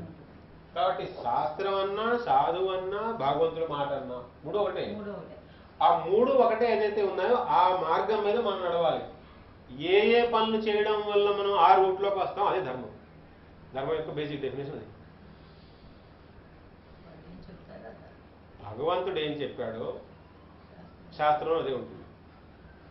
అదే గురువు మనకి చెప్తాడు, లేదా గురువు ద్వారా భగవంతుడు మనకి చెప్తున్నాడు. అంటే మనం ఏం చేయాలి? మన జీవిత విధానాన్ని ఆ చట్రంలోకి తీసుకురావాలి. ఆ గురువు చెప్పిన మార్గంలో, శాస్త్రం చెప్పిన మార్గంలో, భగవంతుడు చూపెట్టిన మార్గంలో తీసుకురావాలి. అది తీసుకురావాలంటే మనకు తెలియాలి కదా అసలు మనం ఎలా ఉన్నాం, ఈ చట్రం ఎలా ఉందో. అందుకోసమే ఇలా చేస్తే సాత్వికం, ఇలా చేస్తే రాజసికం, ఇలా చేస్తే తామసికం, ఇలా చేస్తే నిర్గుణ అయితే నువ్వు నా దగ్గరికి వస్తావు. సత్వరహితమ గుణాల్లో అయితే మళ్ళీ తిరుగుతూ ఉంటావు. సత్వరహితమ గుణాల్లోనే ఉంటే మళ్ళీ తిరుగుతూనే ఉంటావు. నిర్గుణ అయితే నువ్వు నా దగ్గరికి వస్తావు. కాబట్టి మొత్తం మళ్ళీ ఇప్పుడు మంచి చెప్తున్నారు అన్నమాట. ఇక్కడ యయా ధర్మం అధర్మంచ కార్యంచ కార్యమేవచ అయథావత్ ప్రజానాతి. అయథావత్ అంటే యథార్థత తెలియదు. అసలు ఏంటి ఎగ్జాక్ట్గా ధర్మం, ఏది అధర్మం ఆ మూమెంట్లో తెలియట్లేదు. అదే రాజసం అంటే. అంటే నేను క్షత్రియుడిని అందరూ అనుకుంటున్నాడు. నేను క్షత్రియుడిని కాబట్టి నన్ను ఇంకో క్షత్రుడి జూదానికి పిలిస్తే నేను వెళ్ళిపోవాలి. ఏమైంది? నేను క్షత్రుడిని అని వచ్చిందిగా, అదే రాజసం. నేను భగవద్దాసుడిని అనుకుంటే జూదం అదే ప్రశ్నలు కట్ చేస్తారుగా. అందుకని నేను చెప్పాను, identity decides activity. Identity decides activity. మనం సపోజ్ ఆఫీస్లోకి వెళ్ళాము. సపోజ్ నా ఐడెంటిటీ నేను లెక్చరర్ అంటే నేను పాఠాలు చెప్పడం మొదలెట్టేస్తాను. ఒక ఆఫీస్ బాయ్ ఉన్నాడు, వాడు క్యాంపస్ దూరగానే వాడు తెలుసుకుంటాడు. వాడు ఇమీడియట్గా వచ్చేసి నేను ఆఫీస్ బాయ్ అని. వాడు ఇమీడియట్గా టేబుల్ తుడిచేస్తాడు, టీలు పట్టుకొచ్చేస్తాడు, వాడు పని వాడు చేసేస్తాడు. వాడు బయట హోటల్కి వెళ్ళాడు అనుకోండి, వాడు టీ వాడు తెచ్చుకోడు. వాడు ఏంటి ఏమో చూడవాడు అక్కడ. వాడు కాల్ మీద కాలు ఎందుకు పట్టరాదా అంటాడు. ఎందుకని? అక్కడ ఐడెంటిటీ వేరు అవునా కదా. కానీ కాలేజీకి ఎంటర్ అయిన వెంటనే వాడు వేరేగా ఉంటాడు. అంటే దాని అర్థం ఏంటి? Identity decides activity. ఏ ఐడెంటిటీ ఉందో దాని ప్రకారంగా మనకు యాక్టివిటీ వస్తుంది. కాబట్టి మనకు పర్మనెంట్ ఐడెంటిటీ ఒకటి ఉంది, పర్మనెంట్ అకౌంట్ నంబర్ లాగా. మన పర్మనెంట్ ఐడెంటిటీ ఏంటి? నేను భగవంతుడి దాసుడిని. నేను భగవంతుడి దాసుడిని అనే పర్మనెంట్ ఐడెంటిటీ ఎవరికైతే ఉంటుందో వాడికి భగవంతుడు శాశ్వతం కాబట్టి, వాడి ఐడెంటిటీ శాశ్వతం కాబట్టి, మిగిలిన అన్ని ఇలా వస్తూ పోతూ ఉన్నా సరే కూడా ఈ వస్తూ పోతూ ఉన్న వాటిలో ఏమేం పట్టుకోవడం వల్ల నా ఈ ఐడెంటిటీను ఈ రిలేషన్షిప్ లో తేడా రాదో అవే పట్టుకుంటాడు వాడు. మిగిలి వేస్తాడు. సారగ్రాహి అనమాట. సారగ్రాహి అంటే ఏవేమైతే అందుకే చెప్పారు ద్వితీయ అమృత దృష్టిలో మాధుర్య కాదంబరి చెప్పారు, వైరాగ్యం వల్ల భక్తి పుట్టడం కాదు, మనకి భక్తి పెరగడం వల్ల వైరాగ్యం రావాలి. భక్తి మనలో పెరుగుతుంది కాబట్టి మనకి ఏమైతే అవసరం లేదో ఆటోమేటిక్గా రాలిపోతుంది, వదిలేయాలి. కావాలి నేను ఇప్పుడు ఇవన్నీ వదిలేసి కూర్చుంటే ఏం వదలవు, మనం వదలేం, వాళ్ళు వదలరు. కాబట్టి భక్తిని పెంచుకోగా భక్తి పెరగడం వల్ల వైరాగ్యం ఆటోమేటిక్గా వస్తుంది. అందుకనే మన రూట్ ఐడెంటిటీ ఎప్పుడైతే మనకు తెలుసో నేను భగవంతుడు దాసుడిని అనే రూట్ ఐడెంటిటీ కరెక్ట్గా ఉంటే, భగవంతుడితో మనకున్న సంబంధం కరెక్ట్గా ఉంటే, దాని తర్వాత నేను ఏం చేయాలో నాకు క్లారిటీ ఉంటుంది. అది పోతుంది నా దృష్టిలో నేను ఎప్పుడైతే భగవద్దాసుడు అని మర్చిపోయానో భగవంతుడు నా దృష్టిలోంచి లేడు, మాయమైపోయాడు. ఇప్పుడు ఇదంతా చుట్టూ ఇదంతా ఉన్నాయిగా, ఆ మూమెంట్ లో ఏదో వస్తుంటుంది. ఇవాళ నేను క్షత్రుడిని, రేపు నేను ఫలానా, నేను ఇది, నేను అది, నేను ఇన్ని ఐడెంటిటీలు వచ్చేసరికి ఏమవుతుంది? ఇందులో ఈ ఐడెంటిటీ ఇలా వస్తూ ఉంటే ప్లస్ మళ్ళీ మనకి వాసనాపూరిత మనసు ఉంటుందిగా, మళ్ళీ అదేమో తన స్వార్థం కూడా కొంత కోరికలు ఉంటాయిగా, మొత్తం గందరగోళం.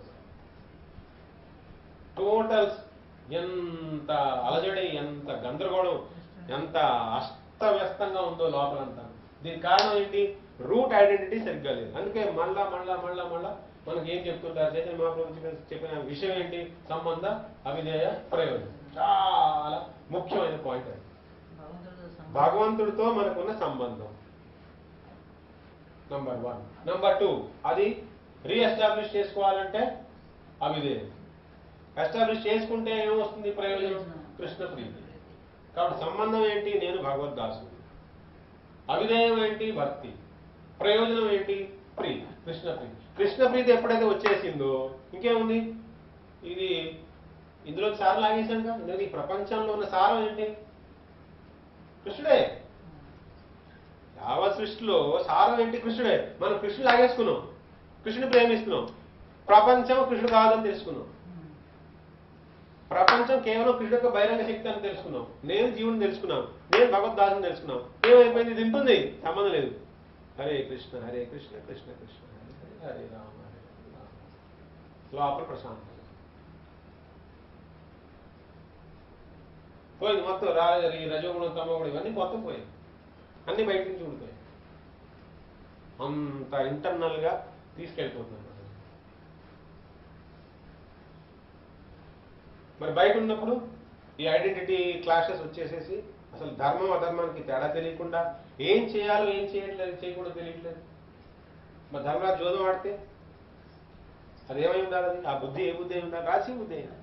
నేను క్షత్రియుడిని అనుకుంటే అస్తమానం క్షత్రియుడేనా? అస్తమానం క్షత్రియుడే. నువ్వు అన్నయ్య కూడా కదా. With respect to what? With respect what? నువ్వు క్షత్రుడు దేంట్లో? ఎవరి పరంగా క్షత్రుడు? అసలు భార్య ఉంది, అన్నదమ్ములు ఉన్నారు, ప్రజలు ఉన్నారు, ఇర్రెస్పాన్సిబుల్ గా బిహేవ్ చేయమని ఎట్లుంది? నువ్వు ఒక రాజు అంటే ఎలా ఉండాలి? రాజుకి రెస్పాన్సిబిలిటీ లేదా? ఆడినా ఏదో కొద్ది ఆడొచ్చేయాలి, మళ్ళీ ఎక్కువ లోతుకి వెళ్ళిపోయింటే అదే వ్యసనం. అంటే అంటే దాని అర్థం ఏంటి? అందుకే ఇక్కడ సిద్ధ్యో నిర్వికార అన్నారు. దాని సరే మనం గెలిచినా ఓడిపోయినా ఒకలాగే ఉండాలి. అంటే రజోగుణం, అదే రజోగుణం. ఒప్పుకోలేదు, ఇంకా ఏమవుతుంది? ఇంకా ఇరుక్కుపోయాడు అంతే. అదే ప్రాబ్లం.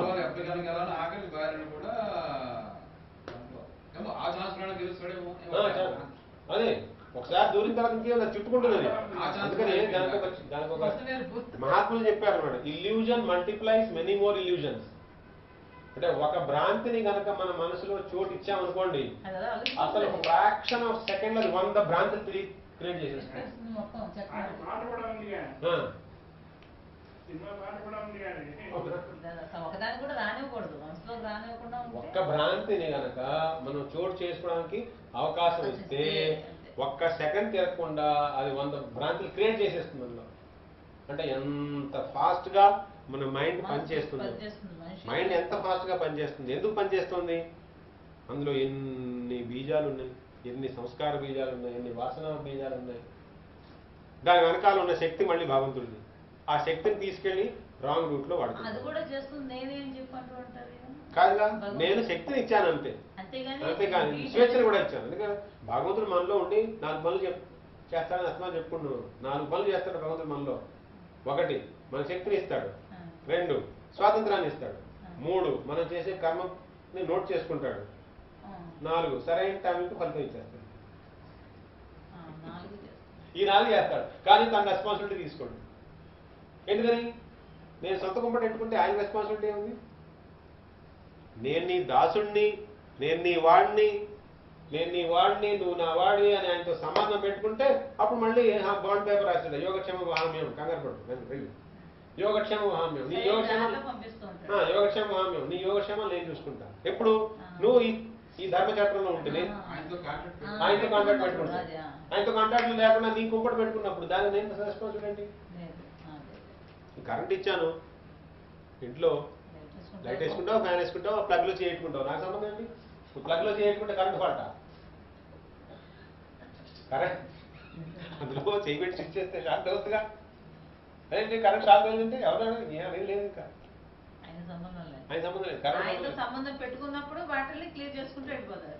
అది కాబట్టి మనం ఎప్పుడు భగవంతుడు మనలో ఉండి 4 పనులు చేస్తాడు. ఇది మనం బాగా గుర్తుపెట్టుకోవాలి. ఏమేంటా 4? నంబర్ 1 మనకి శక్తిని ఇస్తాడు. నంబర్ 1 స్వేచ్ఛని ఇస్తాడు. అది గుర్తుపెట్టుకోవాలి. మనకి ఇచ్చిన స్వేచ్ఛని మనం మిస్యూజ్ చేస్తాం. అది అక్కడ వచ్చింది మొత్తం రూట్ తేడా అక్కడ వస్తుంది. మనకిచ్చిన స్వేచ్ఛని మనం మిస్యూజ్ చేసుకోవడం వల్ల ఆయన కేసు చూడకుండా ఈ కేసు చూడడం బహిర్ముఖత వచ్చేసింది. దానివల్ల ఇది అట్రాక్టివ్ అంతా నేనే చేస్తున్నాను ఒక అది వచ్చింది, దానివల్ల వచ్చింది మొత్తం అంతా. నిజంగా మనం చేసేది ఏముండదు, మొత్తం అంతా శక్తి ఆయన శక్తులే. ఆయన ఎప్పుడైతే ఆ శక్తి తీసేస్తాడో అసలు ఇంకేం చేయలేరు, ఎవరు చేయలేరు. మనుషులు కాదు, దేవత కూడా ఏం చేయలేరు, అసలు ఎవరు ఏమి చేయలేరు. ఎందులో వస్తున్న కథ? కేనోపనిషత్తులో వస్తుంది. కేనోపనిషత్తులో కథ వస్తుంది అనమాట. దేవతలు అసలు ఎప్పుడు వాళ్ళకి ఎప్పుడు గొడవేగా, యుద్ధం గెలుస్తారు. ఓ యుద్ధం గెలిచి ఒక గ్రాండ్ పార్టీ జరుపుకుంటుంటారు, సక్సెస్ పార్టీ జరుపుకుంటారేమో. కంపెనీ సక్సెస్ పార్టీ జరుపుకుంటున్నట్టుగా సక్సెస్ పార్టీలో అందరూ బిజీగా ఉంటారు అనమాట. ఇంద్రుడు, అగ్నిదేవుడు, వాయువు అందరూ పెద్ద పెద్ద సింహాసనాలు వేసుకుని కూర్చొని మాట్లాడుకుంటుంటారు. వాళ్ళంతా మేమే గెలిచేసాం అనుకుని. ఈ లోపల భగవంతుడు వాళ్ళకి గుణపాఠం చెప్పడం కోసం ఓ యక్ష రూపంలో వస్తాడనమాట. ఒక బ్రైట్ స్పాట్, యక్ష అంటే కేవలం ఒక వెలుగుతూ ఉన్న ఒక సూర్యుడిలాగా, అశరీరవాడిలాగా, అంటే అశరీరి అంటే బ్రైట్ స్పాట్. ఇప్పుడు సూర్యుడు కిందకు వచ్చేస్తే ఎలా ఉంటుంది? ఆ మాదిరిగా జ్యోతిపుంజం అనమాట. ఆ జ్యోతిపుంజం రూపంలో వచ్చేసి ఉంటాడు ఆ బిల్డింగ్ బయట. వాళ్ళు ఎక్కడైతే ఈ పార్టీ జరుపుకుంటున్నారో దాని బయట ఉంటారు. వాళ్ళు చూస్తారు, ఏంటి ఎవరి ఇంకో వెలుగు వస్తుంది, ఎవరి ఏంటి అసలు దాని సంగతి ఏంటి అని అగ్నిదేవుడు చెప్తారు అనమాట. అగ్నిదేవ నువ్వు వెళ్ళి కనుక్కో, అసలు ఏంటో ఎవరో తెలుసుకురా అంటారు. ఆయన వెళ్తాడు. అయితే యక్షుడు మాట్లాడుతూ ఉంటాడు అనమాట. జ్యోతిపుంజం నుంచి శబ్దాలు వస్తుంటాయి, మాటలు వస్తుంటాయి. ఆయన తన రూపాన్ని తప్పేసుకున్నాడు అనమాట. అడుగుతాడు, ఎవరు నువ్వు అంటాడు. నేను అగ్నిని, జాతవేద అని అంటాడు. ఏం చేయగలవు నువ్వు అంటాడు. అసలు ఈ ప్రపంచంలో ఎక్కడ ఏమున్నా సరే నేను దాన్ని కాల్చి బూడి చేసేయగలను అంటాడు. అవునా అంటాడు. అవునంటాడు. ఒక గడ్డి పరకు తీసుకుని దాన్ని ముందు పెడతాడు, కాల్చి దీని అంటాడు. అగ్నిదేవుడు కాల్చడానికి ట్రై చేస్తాడు. మొత్తం శక్తి అంతా పెట్టి కాల్చితే ఒక గడ్డి పరకు కూడా కాల్చలేడు. కాల్చలేకపోయేసరికి చాలా సిగ్గుపడిపోయి, నీకు ఆత్మలో గడ్డి పరకు కాల్చలేకపోతున్నాను ఏంటిది అని ఆయన నమస్కారం పెట్టి వెళ్ళిపోతాడు. అర్థం అవడం. వెళ్ళిపోయి సభలోకి వెళ్ళి చెప్తాడు, ఇంద్రదేవ నేను తెలుసుకోలేకపోయినా యక్షుడు ఎవరో నాకు తెలియట్లేదు, అసలు నేనేం తెలుసుకోలేకపోయినా ఆయన గురించి అంటాడు.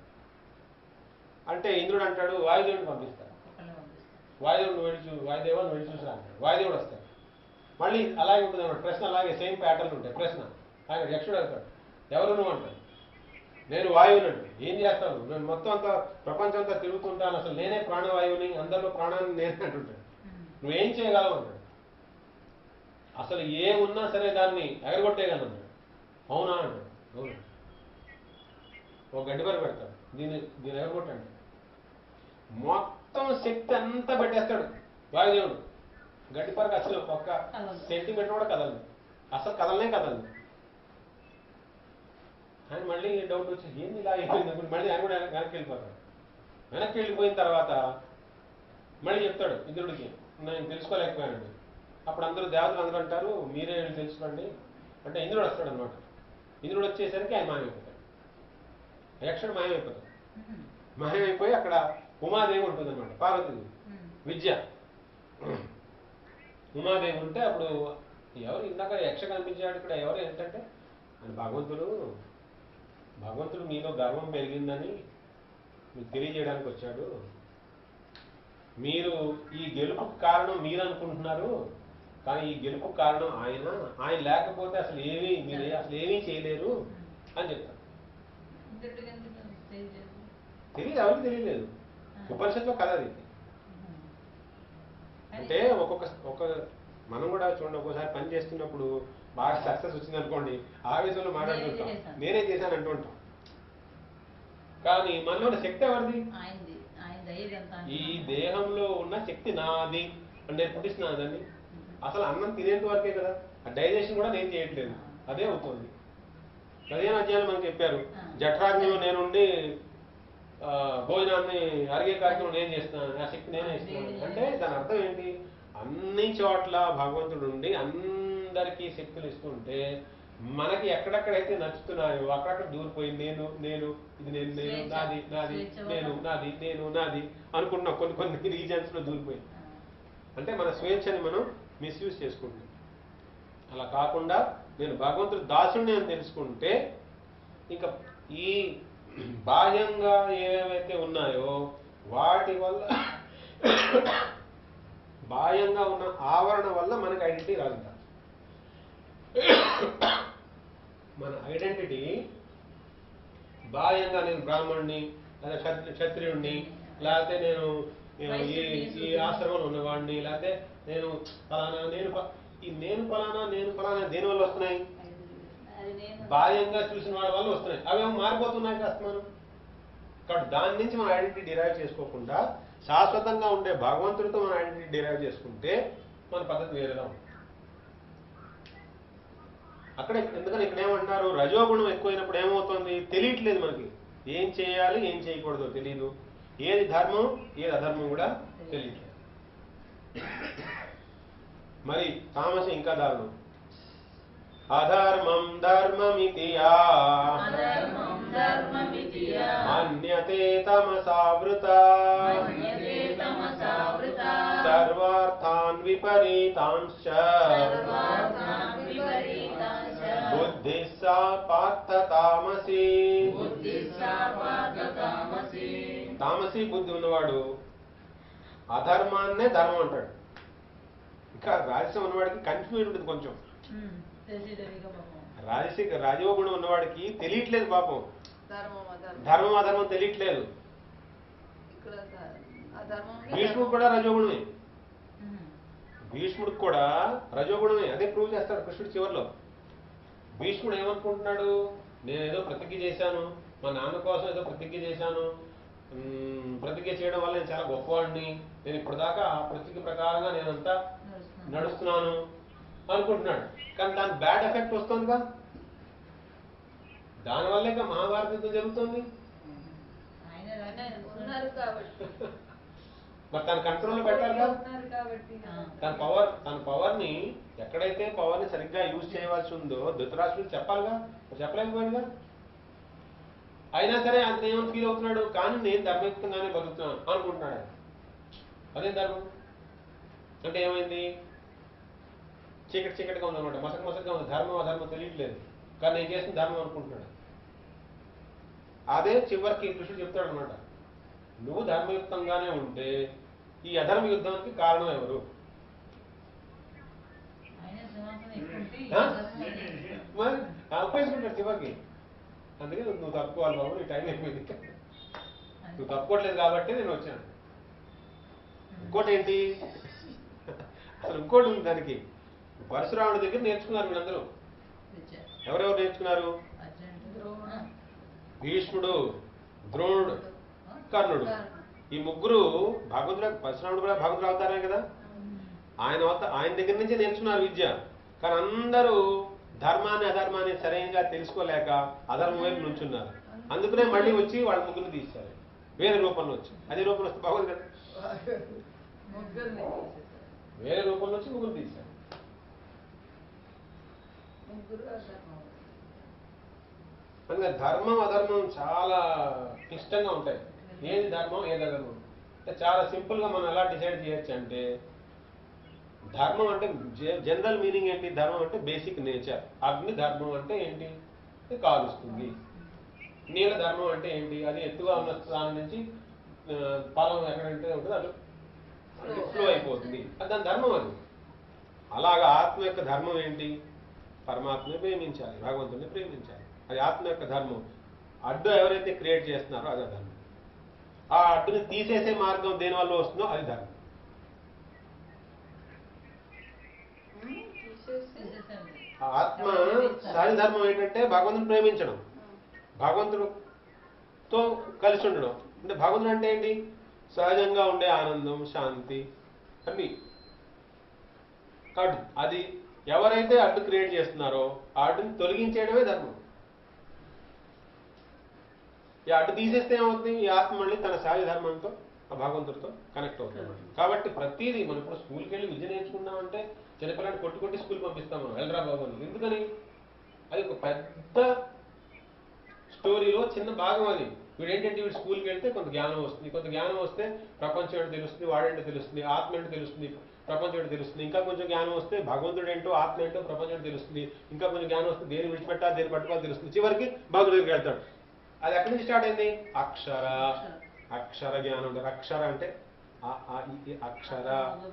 ఎందుకని ఈ అక్షరాలు మొదలు పెడితే ఆ అక్షరాల దాకా వెళ్తాడని. భగవంతుడు అక్షర. చర అక్షర అంటే ఏంటి? చర అంటే నశించుకుపోయేది, అక్షర అంటే నాశనం లేని ఎవరు? భగవంతుడే.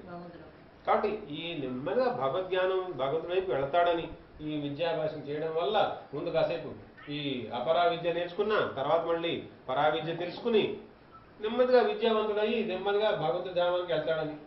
మనమేమో అమెరికా డబ్బులు ఎలా సంపాదించాలనుకుంటాం, అంతవరకే మన విద్య. ఎక్కడి వరకు అంటే అమెరికా డబ్బు సంపాదించడం వరకు.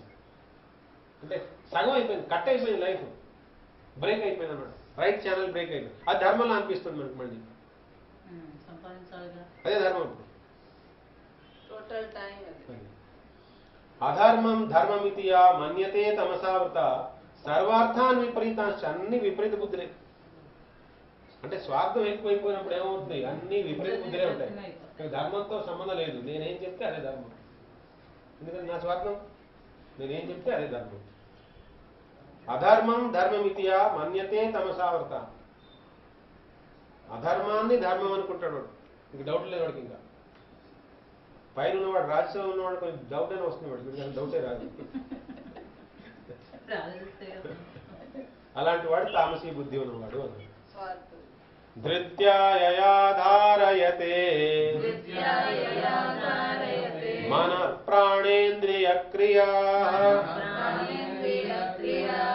యోగేన వ్యభిచారిణ్యా ధృతి సా పార్థ సాత్వికీ. ఏ ధైర్యం వల్ల మనస్సుని, ప్రాణాన్ని, ఇంద్రియాలని, వీటిలన్నింటినీ అవ్యభిచారిణి యోగం వల్ల వాటి యొక్క ప్రవాహాన్ని అదుపులో పెడతాడు, అది సాత్వికి అని. మనస్సు, ఇంద్రియాలు, ప్రాణం మూడు ఏ ధైర్యం వల్ల, లేదా ఏ ధృత్య అంటే ధైర్యం, దేనివల్ల అయితే ఈ మూడింటిని, మనస్సుని, ప్రాణాన్ని, ఇంద్రియాల్ని, వాటి యొక్క కార్యకలాపాలు, వాడు చేసే పనుల్ని అవ్యభిచారిణ్య యోగేన, ఏ అవ్యభిచారిణి యోగం వల్ల అంటే అటు ఇటు పోనివ్వకుండా చేసి నియంత్రితంగా ఉంచుతాడు. ఇంద్రియాలను కంట్రోల్ చేయడం, ఇంద్రియాలని, మనసుని, బుద్ధిని సక్రమంగా అంటే సరైన దారిలో పెట్టుకోవడం,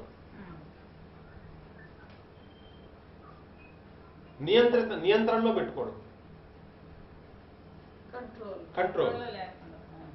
మరి వైలెంట్ అయిపోకుండా, అంటే ఇతరులకి డిస్టర్బెన్స్ క్రియేట్ చేయకుండా, అలాగని తను కూడా డిస్టర్బ్ అయిపోకుండా. ఇప్పుడు మనం ఇతరులు డిస్టర్బ్ చేయకపోతే మంచిదే, మనలో కూడా డిస్టర్బెన్స్ ఉందనుకోండి, అంటే ఏం చేసాం, దాన్ని కప్పే కదా పెట్టుకున్నాం లోపల, అదేనా డేంజర్, దాని ఉపయోగం లేదు. ఏదైనా ఒకటి ఇతరులు డిస్టర్బ్ చేయకుండా ఉంటే కొంతవరకు బెటర్, కానీ తను డిస్టర్బ్ అయి ఉంటే అది పెద్ద పెద్ద మంచి విషయం కాదు అది. అంటే మన మార్గాలు ఉండాలి, ఇతరులు డిస్టర్బ్ చేయకూడదు, మనం కూడా డిస్టర్బ్ అవ్వకూడదు. కాబట్టి మన మనసు, మన ఇంద్రియాలు, మన ప్రాణవాయువు మనం ఎలా నడుపుకోవాలి అంటే మనం ప్రశాంతంగా,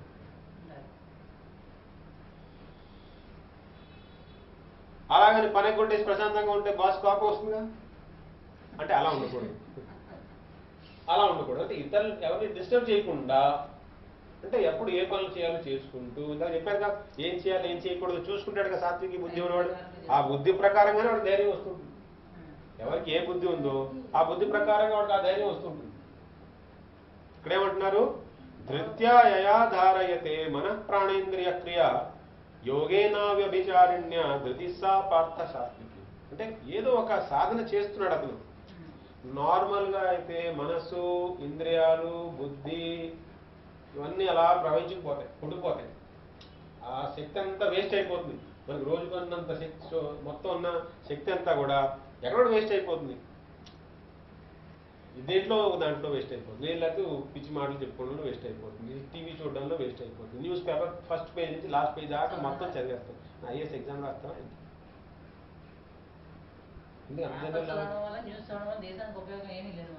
వాడికి ఏమైనా ఉంటే వాడికే ఉపయోగం లేదు, దేశం మాట తర్వాత వాడికి ఏమైనా ఉపయోగం ఉందా లేదు, చదువుతాడు కానీ భగవద్గీత చదివినట్టుగా చదివేస్తాడు.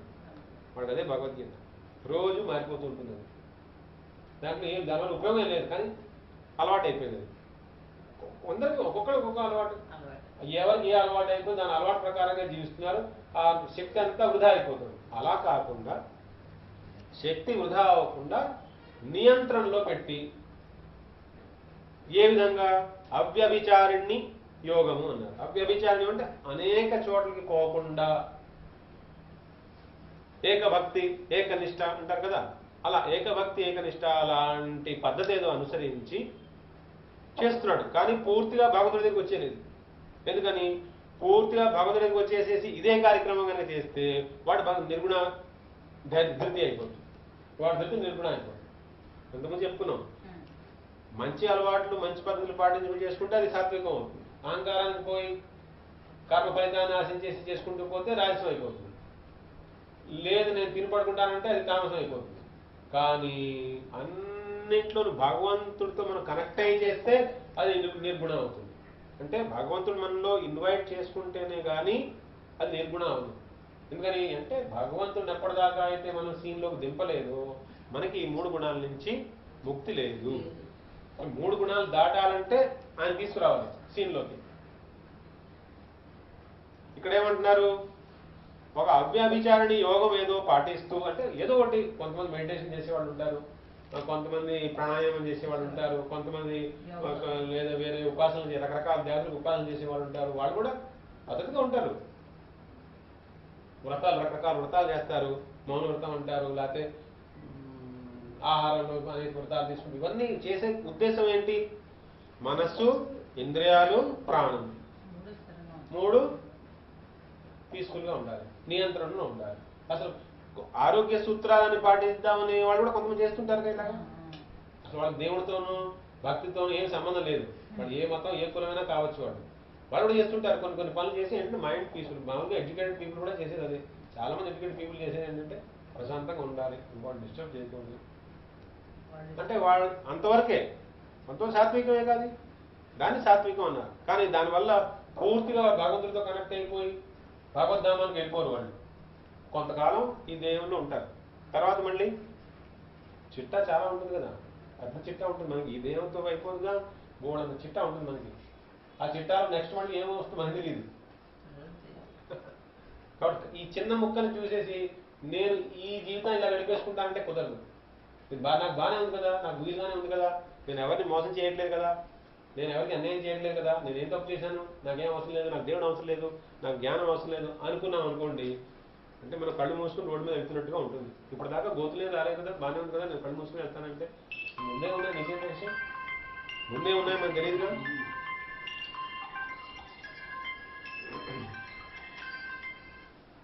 ధృత్యాయయా ధారయతే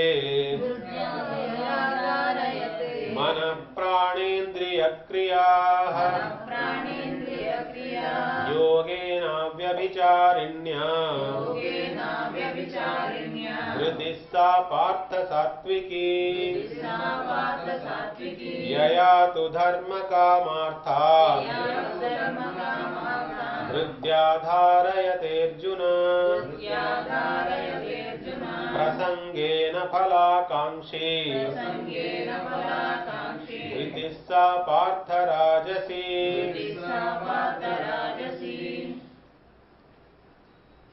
మళ్ళీ అంటారు, ఓ అర్జున, ఓ పార్థ. చూడండి ఎంత ప్రేమ ఉంటే రెండు పేర్లు పెడతారు ఒకే శ్లోకంలో, రెండు సార్లు పేర్లు పెట్టింది. రెండు పేర్లు ఎప్పుడు పిలుస్తామండి మనం? ఒక మనిషిని రెండు పేర్లు ఎందుకు పిలుస్తాము? ఏదో ఒక పేరు పెట్టి పిలవచ్చుగా. రెండు పేర్లు ఎప్పుడు కూడా వేరు వేరు పేర్లతో ఒకే మనిషిని పిలుస్తామంటే అది ప్రేమ యొక్క ప్రేమ అన్నాడు. అంత ప్రేమ. పై శ్లోకంలో అర్జున అంటున్నారు, కిందేమో పార్థ అంటారు. యయాతు ధర్మ కామార్థాన్ ధృత్యా ధారతే అర్జున. ఎవరైతే ఎవరి ధైర్యం, ఎటువంటి ధైర్యం ఇది, ఏం చేస్తుంటాడు? ధర్మ కామ అర్థ. ధర్మార్థ కామ మోక్షాల్లో మోక్షం తీసి కాసేపు పక్కన పెట్టేశాడు. మోక్షం అక్కర్లేదు ఇప్పుడు. ఏం కావాలి?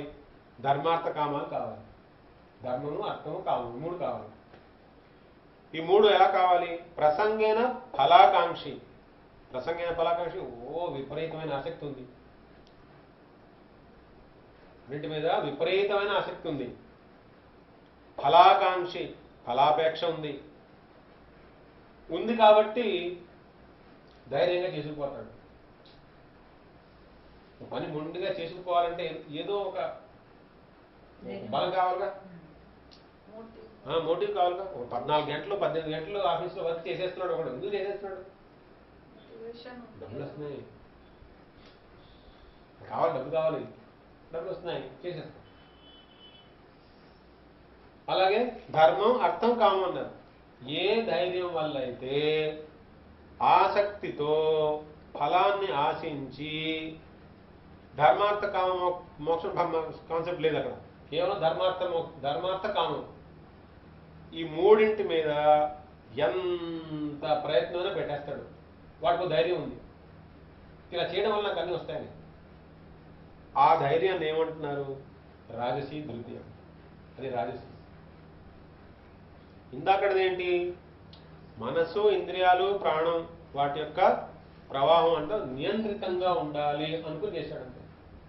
ఇక్కడ ఫలాన్ని ఆశించి చేస్తున్నాడు. ధర్మ, అర్థ, కామ ఈ మూడింటిని దృష్టిలో పెట్టుకుని వీటి మీద చాలా ఆసక్తి ఉంది. చాలా కష్టపడి చదివేస్తుంటాడు పిల్లాడు. ఎందుకంటే బాగా ర్యాంక్ వచ్చేయాలి, బాగా మంచి ర్యాంక్ ఎందుకు వచ్చేయాలంటే బాగా డబ్బు సంపాదించాలి. బాగా డబ్బు సంపాదిస్తే ఏం చేస్తారంటే ఏమో తెలియదు, తర్వాత పోనీ ఇంత సంపాదించిన తర్వాత తృప్తిగా ఉంటుందంట లేదు. ఇంకా ఇంకా దానికి ఇంకా అంతలేదు. నేను ఎక్కడ అంతలేదు. ఏం చేసుకోండి, ఎంత చేసినా దానికి ఒక లిమిట్ లేదు. ఏమవుతుంది అప్పుడు? లిమిట్ లేకపోతే ఇప్పుడు ఆ స్ట్రెయిన్లో ఉండిపోతారు. అందుకే ఇక్కడ ఏమన్నారు? ప్రసంగేన ఫలాకాంక్ష ధృతి సా పార్థ రాజస. అది రజోగుణం అనమాట. రజోగుణం అంటే మనం ఎప్పుడు యాక్టివ్గా ఉంచుతుంది. యాక్టివ్గా ఉంచి ఎటు ఉంచుతుంది? అది బహిర్ముఖత ఎక్కువ పెట్టేసేసి బాహ్యంగా మన చేత బోల్డంత పని చేయించేస్తూ ఉంటుంది. దానివల్ల అందుకే 9వ అధ్యాయం వచ్చింది అందులో మోఘాష మోఘ కర్మాణ మోఘ జ్ఞాన విచేతస అన్నారు. అవన్నీ చివరికి నిష్ఫలం అయిపోతాయి, ఏమీ ఉపయోగపడవు. ఎందుకంటే అది మారిపోతుంది, మళ్ళీ అది స్థిరంగా ఉండదుగా.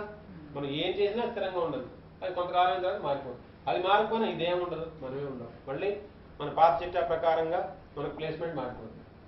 ఇక్కడ నుంచి మళ్ళీ ట్రాన్స్ఫర్, ఈ దేహం నుంచి మళ్ళీ ఇంకో దేహానికి ట్రాన్స్ఫర్, మళ్ళీ ఇంకో దేహానికి ట్రాన్స్ఫర్. ఇన్ని ట్రాన్స్ఫర్లు అనుకుంటే మనం ఇక్కడ ఏదో చేసేద్దామని మనకు ఒక మోగాష అయిపోయింది. యయా స్వప్నం భయం శోకం విషాదమదమేవ చ న విముంచతి దుర్మేధా ధృతిః సా తామసీ మతా. దుర్మేధ మేధ అంటే తెలియదు, దుర్మేధ తెలివి తక్కువడు కాదు, దుర్మార్గుడు. తెలివి తక్కువడైతే పర్వాలేదు, తెలివి తక్కువడైతే వాడేదో మేనేజ్ చేయొచ్చు. దుర్మార్గుడు అంటే కష్టం. దుర్మేధ దుష్టబుద్ధి అనమాట. వాడి లక్షణాలు ఏవేంటి? నిద్రను విడిచిపెట్టడు, భయాన్ని విడిచిపెట్టడు, శోకాన్ని విడిచిపెట్టడు, విషాదాన్ని విడిచిపెట్టడు, విషయ భోగాల్ని విడిచిపెట్టడు, మదాన్ని విడిచిపెట్టడు, అహంకారాన్ని విడిచిపెట్టడు. ఈ లక్షణాలు ఉన్నవాడు దేనివల్ల అయితే ఇవన్నీ చేస్తాడు అదే తామసి. యయా స్వప్నం భయం శోకం విషాదం మదమేవచ న విముంచతి దుర్మేధ ధృతిః సా తామసీ మత. ఏ ధృతి వల్ల, ఏ ధైర్యం వల్ల అయితే భయాన్ని విడిచిపెట్టడు, శోకాన్ని విడిచిపెట్టడు, విషాదాన్ని విడిచిపెట్టడు, మదాన్ని విడిచిపెట్టడు, విముంచతి నా విముంచతి విడిచిపెట్టడు, పట్టు కూర్చుంటాడు. అలాగే విషాదం ఉంది, ఏమాత్రం జ్ఞానం ఉంటే ఏం చేస్తాడు? బయటకు వస్తాడు కదా. పోనీ ఇవాళ కాక రేపు 10 రోజులు కాక 20 రోజులు బయటికి రావాలి. దానిలా పట్టు కూర్చుంటానంటే ఇందాక ఒక మహాత్ముడు కాచి విన్నాం. ఫరీద్ అని ఒక పెద్ద మహాత్ముడు ఉండేవాడు, ఒక పెద్ద యోగి, మహాయోగి అనమాట, ముస్లిం సూఫీ యోగి. సూఫీ వాళ్ళు ఉంటారు కదా, మనకి అద్వైత వేదాంతులు ఎలా ఉంటారు, ముస్లింస్లో వాళ్ళు సూఫీస్ ఉంటారు. వాళ్ళ కొడుకు చచ్చిపోయాడు, చెప్పాను ఒకసారి కొడుకు చచ్చిపోయాడు. కొడుకు మంచి యవనావస్థలో ఉన్న కొడుకు చచ్చిపోయాడు. చచ్చిపోతే అందరూ శోకం వ్యక్తపరచడానికి చుట్టాలు బంధువులు అందరూ వస్తారు కదా. అందరూ వచ్చారు, వస్తూనే ఉన్నారు, రోజంతా వస్తూనే ఉన్నారు. ఆ రోజు గడిచిపోయింది. నెక్స్ట్ డే పొద్దునే లేచాడు ఆయన. ఏంటిది షహనాయి అంటే తమ్మూరులో ఉంటుంది, సన్నాయి వాయిస్తాడు అనమాట. ఆయన బాగా వాయించడం వచ్చి బాగా వాయిస్తున్నాడు. పొద్దునే లేచి శుభ్రంగా వాయించేస్తున్నాడు, ఏదో పెద్ద ఆనంద గడిలాగా కొంచెం వాయించేసుకుంటున్నాడు. ఆయన వచ్చారు, ఆవిడ వచ్చింది, భద్రేదండి ఇలా చేస్తారంటే మీరు మార్పులు కావచ్చు, మీకు దుఃఖం లేకపోవచ్చు, మరి వాళ్ళందరూ మీ శోకంని వ్యక్తపరచడానికి పంచుకోవడానికి వాళ్ళందరూ వస్తే ఇలా సన్నాయి వాయిస్తే మన పిల్లాడేంటి మనకు అంత బరువు అయిపోయాడా, వాడు చచ్చిపెట్టి మనం ఆనందంగా ఉన్నామని చెప్తున్నట్టుగా ఉంది, మీరు ఏం బాగలేదు ఇదేంటి అంటే ఇలా ఎందుకు చేస్తారండి అంటే ఆయన అన్నాడు, పిచ్చి మామ, వీళ్ళందరూ ఎందుకు వచ్చారు? మా అబ్బాయి చచ్చిపోయాడని వచ్చారు కదా, వాళ్ళకి అంతవరకే కనపడుతుంది. మన ఇంట్లో చచ్చిన అబ్బాయి అదిగో చూడు, ఆ ఇంట్లో పుట్టాడు అక్కడ ఆ ఊళ్ళో, వాళ్ళేమో పండగ జరుపుకుంటున్నారు. వీళ్ళందరూ నా కోసం శోకం ఎలాగైతే వ్యక్తపరిచిన ఇక్కడ దాకా వచ్చారు, మరి వాళ్ళ ఆనందాన్ని చూసి నేను ఏం చేయాలి? ఆయన కనపడుతుంది స్పష్టంగా. ఆయన పెద్ద యోగి. ఆయన ఒక దేహం విడిచిపెట్టిన తర్వాత ఇంకో దేహంలో వెళ్ళిపోతున్నది, ఆత్మ కలిగి కూర్చోదు. కొన్ని వెంటనే వెళ్ళిపోతాయి, కొంత గ్యాప్ ఉంటుంది. అంటే పెద్ద చిట్టా ఉంది కదా, కర్మను బట్టి ఉంటుంది, పెద్ద చిట్టా ఉంటుంది. కొంతమందికి ఇమీడియట్ గా అసలు దేహం దొరకదు, పితృలోకాలు పడేస్తాడు దాన్ని పట్టుకెళ్ళి కాసేపు. అన్ని రకాలు ఉంటాయి, కొంతకాలం పెండింగ్ లో పడేసి ఉంటాయి, ఇమీడియట్ గా దేహం ఇచ్చిన ఉంటాయి, లేదా ఇంకో దేహాన్ని ఇచ్చి భోగ దేహాన్ని ఇచ్చి స్వర్గానికో నరకానికో పంపించే ఉంటాయి. లేదా వీడు మహాత్ముడు అనుకోండి, బ్రహ్మజ్ఞానం అనుకోండి, కట్టుకట్టు బ్రహ్మంలో పడేస్తాడు, ఆ బ్రహ్మజ్యోతిలో పడేస్తాడు పట్టుకెళ్ళి. లేదు సాధన బాగా ఎక్కువ అనుకో సిద్ధదేవం ఇచ్చి తన లోపలికి తీసుకెళ్తారు. అది బోల్డ్ అనే వేరియేషన్స్ ఉంటాయి, ఒకటే ఉండదు అక్కడ. ఆయన అంటే ఒక్కోసారి భాగవతంలో కూడా వస్తుంది, ఆ జీవాత్మ అంట ఒక దేహం నెక్స్ట్ ఏ దేహంలో దూరాలో డిసైడ్ చేసుకున్నాకనే ఈ దేహాన్ని విడిచిపెడుతున్నారు. భాగవతంలో ఉంటున్నారు. దాని ఎగ్జాంపుల్ కూడా చెప్పారు. ఏది మన గొంగళి పొరుగు ఉంటుంది, ఒక ఆకు నుంచి ఇంకో ఆకు మీద వెళ్ళడం, ఇంకో ఆకు మీద కాలు పెట్టిన తర్వాత ఈ ఆకు తీస్తుంది, కాలు తీస్తుంది అనే ఉదాహరణ కూడా ఇచ్చారు. దాని దారి జరగనంతసేపు అది వెళ్ళదు, అలా అలా అన్నమాట. ఉంటుంది కాసేపు. అందుకని ఆయన ఏంటి, ఆయన కనపడుతుంది మన అబ్బాయి ఇక్కడ పోయాడు, అక్కడ పుట్టాడు, వాళ్ళందరూ సంతోషంగా ఉన్నారు, మరి వాళ్ళ సంతోషాన్ని ఎందుకు కాదని సన్నాయి వాయిస్తున్నా అన్నాడు. అంటే చెప్పడం ఉద్దేశం ఏంటంటే శాశ్వతంగా ఉన్నది ఏది, అశాశ్వతంగా ఉన్నది ఏది. మరి రెండో అధ్యాయం అంతా అదే కదా, భగవద్గీతలో రెండో అధ్యాయం అంతా చెప్పింది అదే కదా. ఆత్మ శాశ్వతంగా ఉంటుంది, దేహం ఎప్పుడు మారుతూ ఉంటుంది. దేహాన్ని పట్టుకుని కూర్చోవద్దు, దేహం దానికి ఎంత చేయాలో అంత చేయడం, మిగిలినంతా క్లారిటీ, ఒక క్లారిటీ అనమాట. దేహానికి ఏం చేయాలి, మిగిలింది ఏంటి, మిగిలిన బోర్డంత టైం మనకు కలిసి వస్తుంది. ఒక క్లారిటీ మనకు పెరిగితే బోర్డంత టైం కలిసి వస్తుంది. ఆ టైం కలిసి వస్తే ఆ టైంలో మనం సాధన ఏమైనా చేసుకోవాలి. యయా స్వప్నం భయం శోకం విషాదమదమేవ చ న విముంచతి దుర్మేధా ధృతిః సా తామసీమతా సుఖం త్విదానీం త్రివిధం శృణు మే భరతర్షభ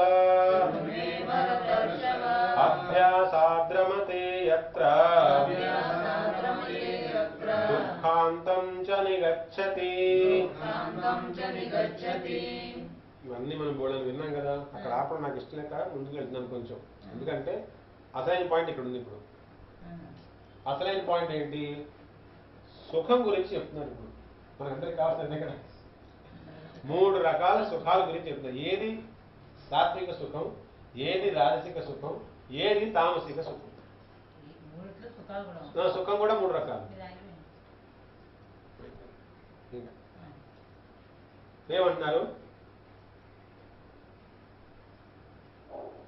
నా నుండి ఇప్పుడు 3 రకాల సుఖాల గురించి తెలుసుకో. దేన్నైతే అభ్యసించడం వల్ల సంసార దుఃఖం పూర్తిగా పోతుందో దాన్ని సాత్విక సుఖం. ఆ సాత్విక సుఖం గురించి మనకి 37వ శ్లోకంలో క్లియర్ గా చెప్పారు. యత్తదగ్రే విషమివ పరిణామే మృతోపమం తత్సుఖం సాత్వికం ప్రోక్తం ఆత్మబుద్ధి ప్రసాదజం. చూడండి 36వ శ్లోకంలో 2వ లైన్, అభ్యాసాద్రమతే యత్ర అంటే దేన్ని అభ్యసించిన తర్వాత, ఏ సుఖం అయితే అభ్యాసం వల్ల వస్తుందో వెంటనే వచ్చేది, అభ్యాసం వల్ల వచ్చేది ప్లస్ అది వచ్చినప్పుడు సంసార దుఃఖం పూర్తిగా తుడిచిపోతుంది అనమాట. ఇంకొండదు, సంసార దుఃఖం అనేది ఇంకొండదు. అటువంటి దాన్ని సాత్విక సుఖం అంటారు. దాన్ని 37లో మనకు డీటెయిల్ గా చెప్తున్నారు. ఎత్తదగ్రే విషమివ, ఏదైతే ముందు విషంలా అనిపిస్తుందో, మనకి పొద్దున్నే స్నానం చేయాలి, లేవాలి, జపం చేసుకోవాలి, కీర్తనలు పాడుకోవాలంటే ఎవరు చేస్తాడు, విషంలా ఉంటుంది. ఫస్ట్ చేయమన్నప్పుడు ఎత్తదగ్రే విషమివ, ఏదైతే ముందు మనకి విషంలా అనిపిస్తుందో, చేయబుద్ధి కాదు. కీర్తనలు పాడుకోవాలంట, జపం చేసుకోవాలంట, గ్రంథపఠనం చేసుకోవాలంట, శ్రాద్ధ సాంగత్యం చేయాలంట, ఏకాదశి వ్రతం అంట, చాతుర్మాసే వ్రతం చేస్తారండి బాబు. ఎందుకు ఉంది అనిపిస్తుందా మనకి? అంటే ఫస్ట్ లో మనకి అనిపిస్తుంది ఎత్త దగ్గరే విషమివ, విషం చాలా కష్టంగా అనిపిస్తుంది. కానీ పరిణామే అమృతోపమం, పరిణామం అంటే చివరికి మనకి ఏమిస్తుంది, అమృతత్వాన్ని ఇస్తుంది. ఎత్తదగ్రే విషమివ పరిణామే అమృతోపమం తత్సుఖం సాత్వికం ప్రోక్తం, ఆ సుఖాన్ని సాత్విక సుఖం అంటారు. దానివల్ల ఏమొస్తుంది? ఆత్మబుద్ధి ప్రసాదజం. ఆత్మబుద్ధి వస్తుంది. అంటే మన ఐడెంటిటీ ఏంటో మనకి తెలుస్తుంది. ఆత్మ ఏంటో తెలుస్తుంది, పరమాత్మ ఏంటో తెలుస్తుంది, ఆత్మకి పరమాత్మకి సంబంధం ఏంటో తెలుస్తుంది. ఆ భజన క్రియ ఎప్పుడైతే స్టార్ట్ అవుతుందో ఆ భజన క్రియ ఏంటి అంటే మనలో ఉండే అనర్థాలని కల్మషాలని కడిగేస్తుంది, తీసేస్తుంది అనమాట. చేయగా చేయగా చేయగా చేయగా మనకి స్వచ్ఛత వచ్చేస్తుంది, ప్రశాంతమైన మనసు వస్తుంది. అప్పుడు ఏమవుతుంది? మన ఆత్మ మన స్వరూపం ఏంటో మనకు తెలుస్తుంది, భగవంతుడి యొక్క స్వరూపం ఏంటో మనకు తెలుస్తుంది, సంబంధం భగవంతుడితో మనకు సంబంధం కరెక్ట్గా ఏర్పడుతుంది. అప్పుడు ఇంటర్నల్ జర్నీ స్టార్ట్ అవుతుంది. కాబట్టి ఏ సుఖం సాత్వికం? అభ్యాసం ద్వారా రావాలి. మనం కీర్తనలు పాడుకుంటున్నాం, అభ్యాసం చేసుకుని పాడుకుంటున్నాం, జపం చేసుకుంటున్నాం, సంఖ్యాత్మకంగా జపం చేసుకుంటున్నాం, అభ్యాసం చేసుకుంటున్నాం. సో ఏ సుఖం అయితే అభ్యాసం వల్ల చేస్తున్నామో అది ముందు మనకి ఫస్ట్ లో మనకి చాలా కష్టంగా అనిపిస్తుంది, కానీ చివరికి మనకి అదే మనకి అమృతత్వాన్ని ప్రసాదిస్తుంది. యత్తదగ్రే విషమివ పరిణామే మృతోపమం తత్సుఖం సాత్వికం ప్రోక్తం ఆత్మబుద్ధి ప్రసాదజం.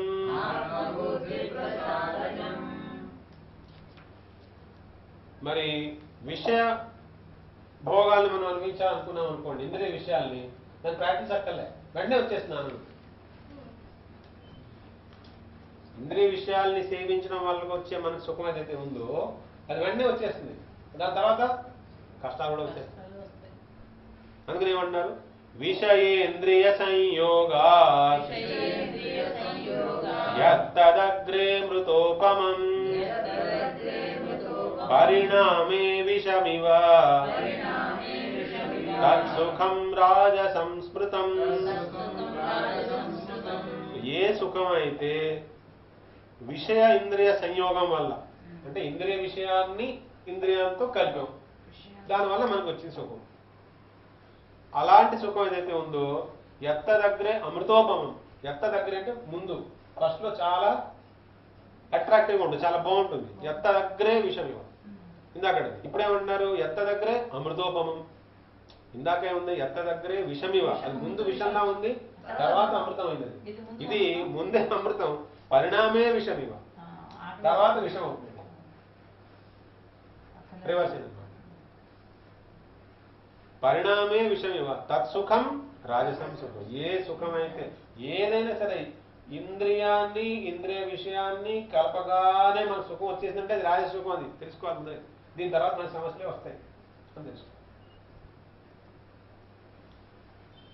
మరి తామసిక సుఖం యదగ్రే చానుబంధే చ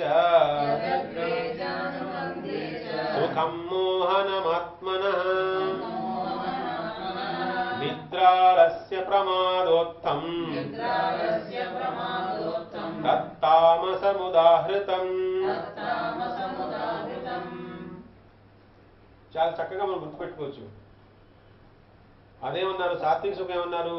ముందు విషం, తర్వాత అమృతం.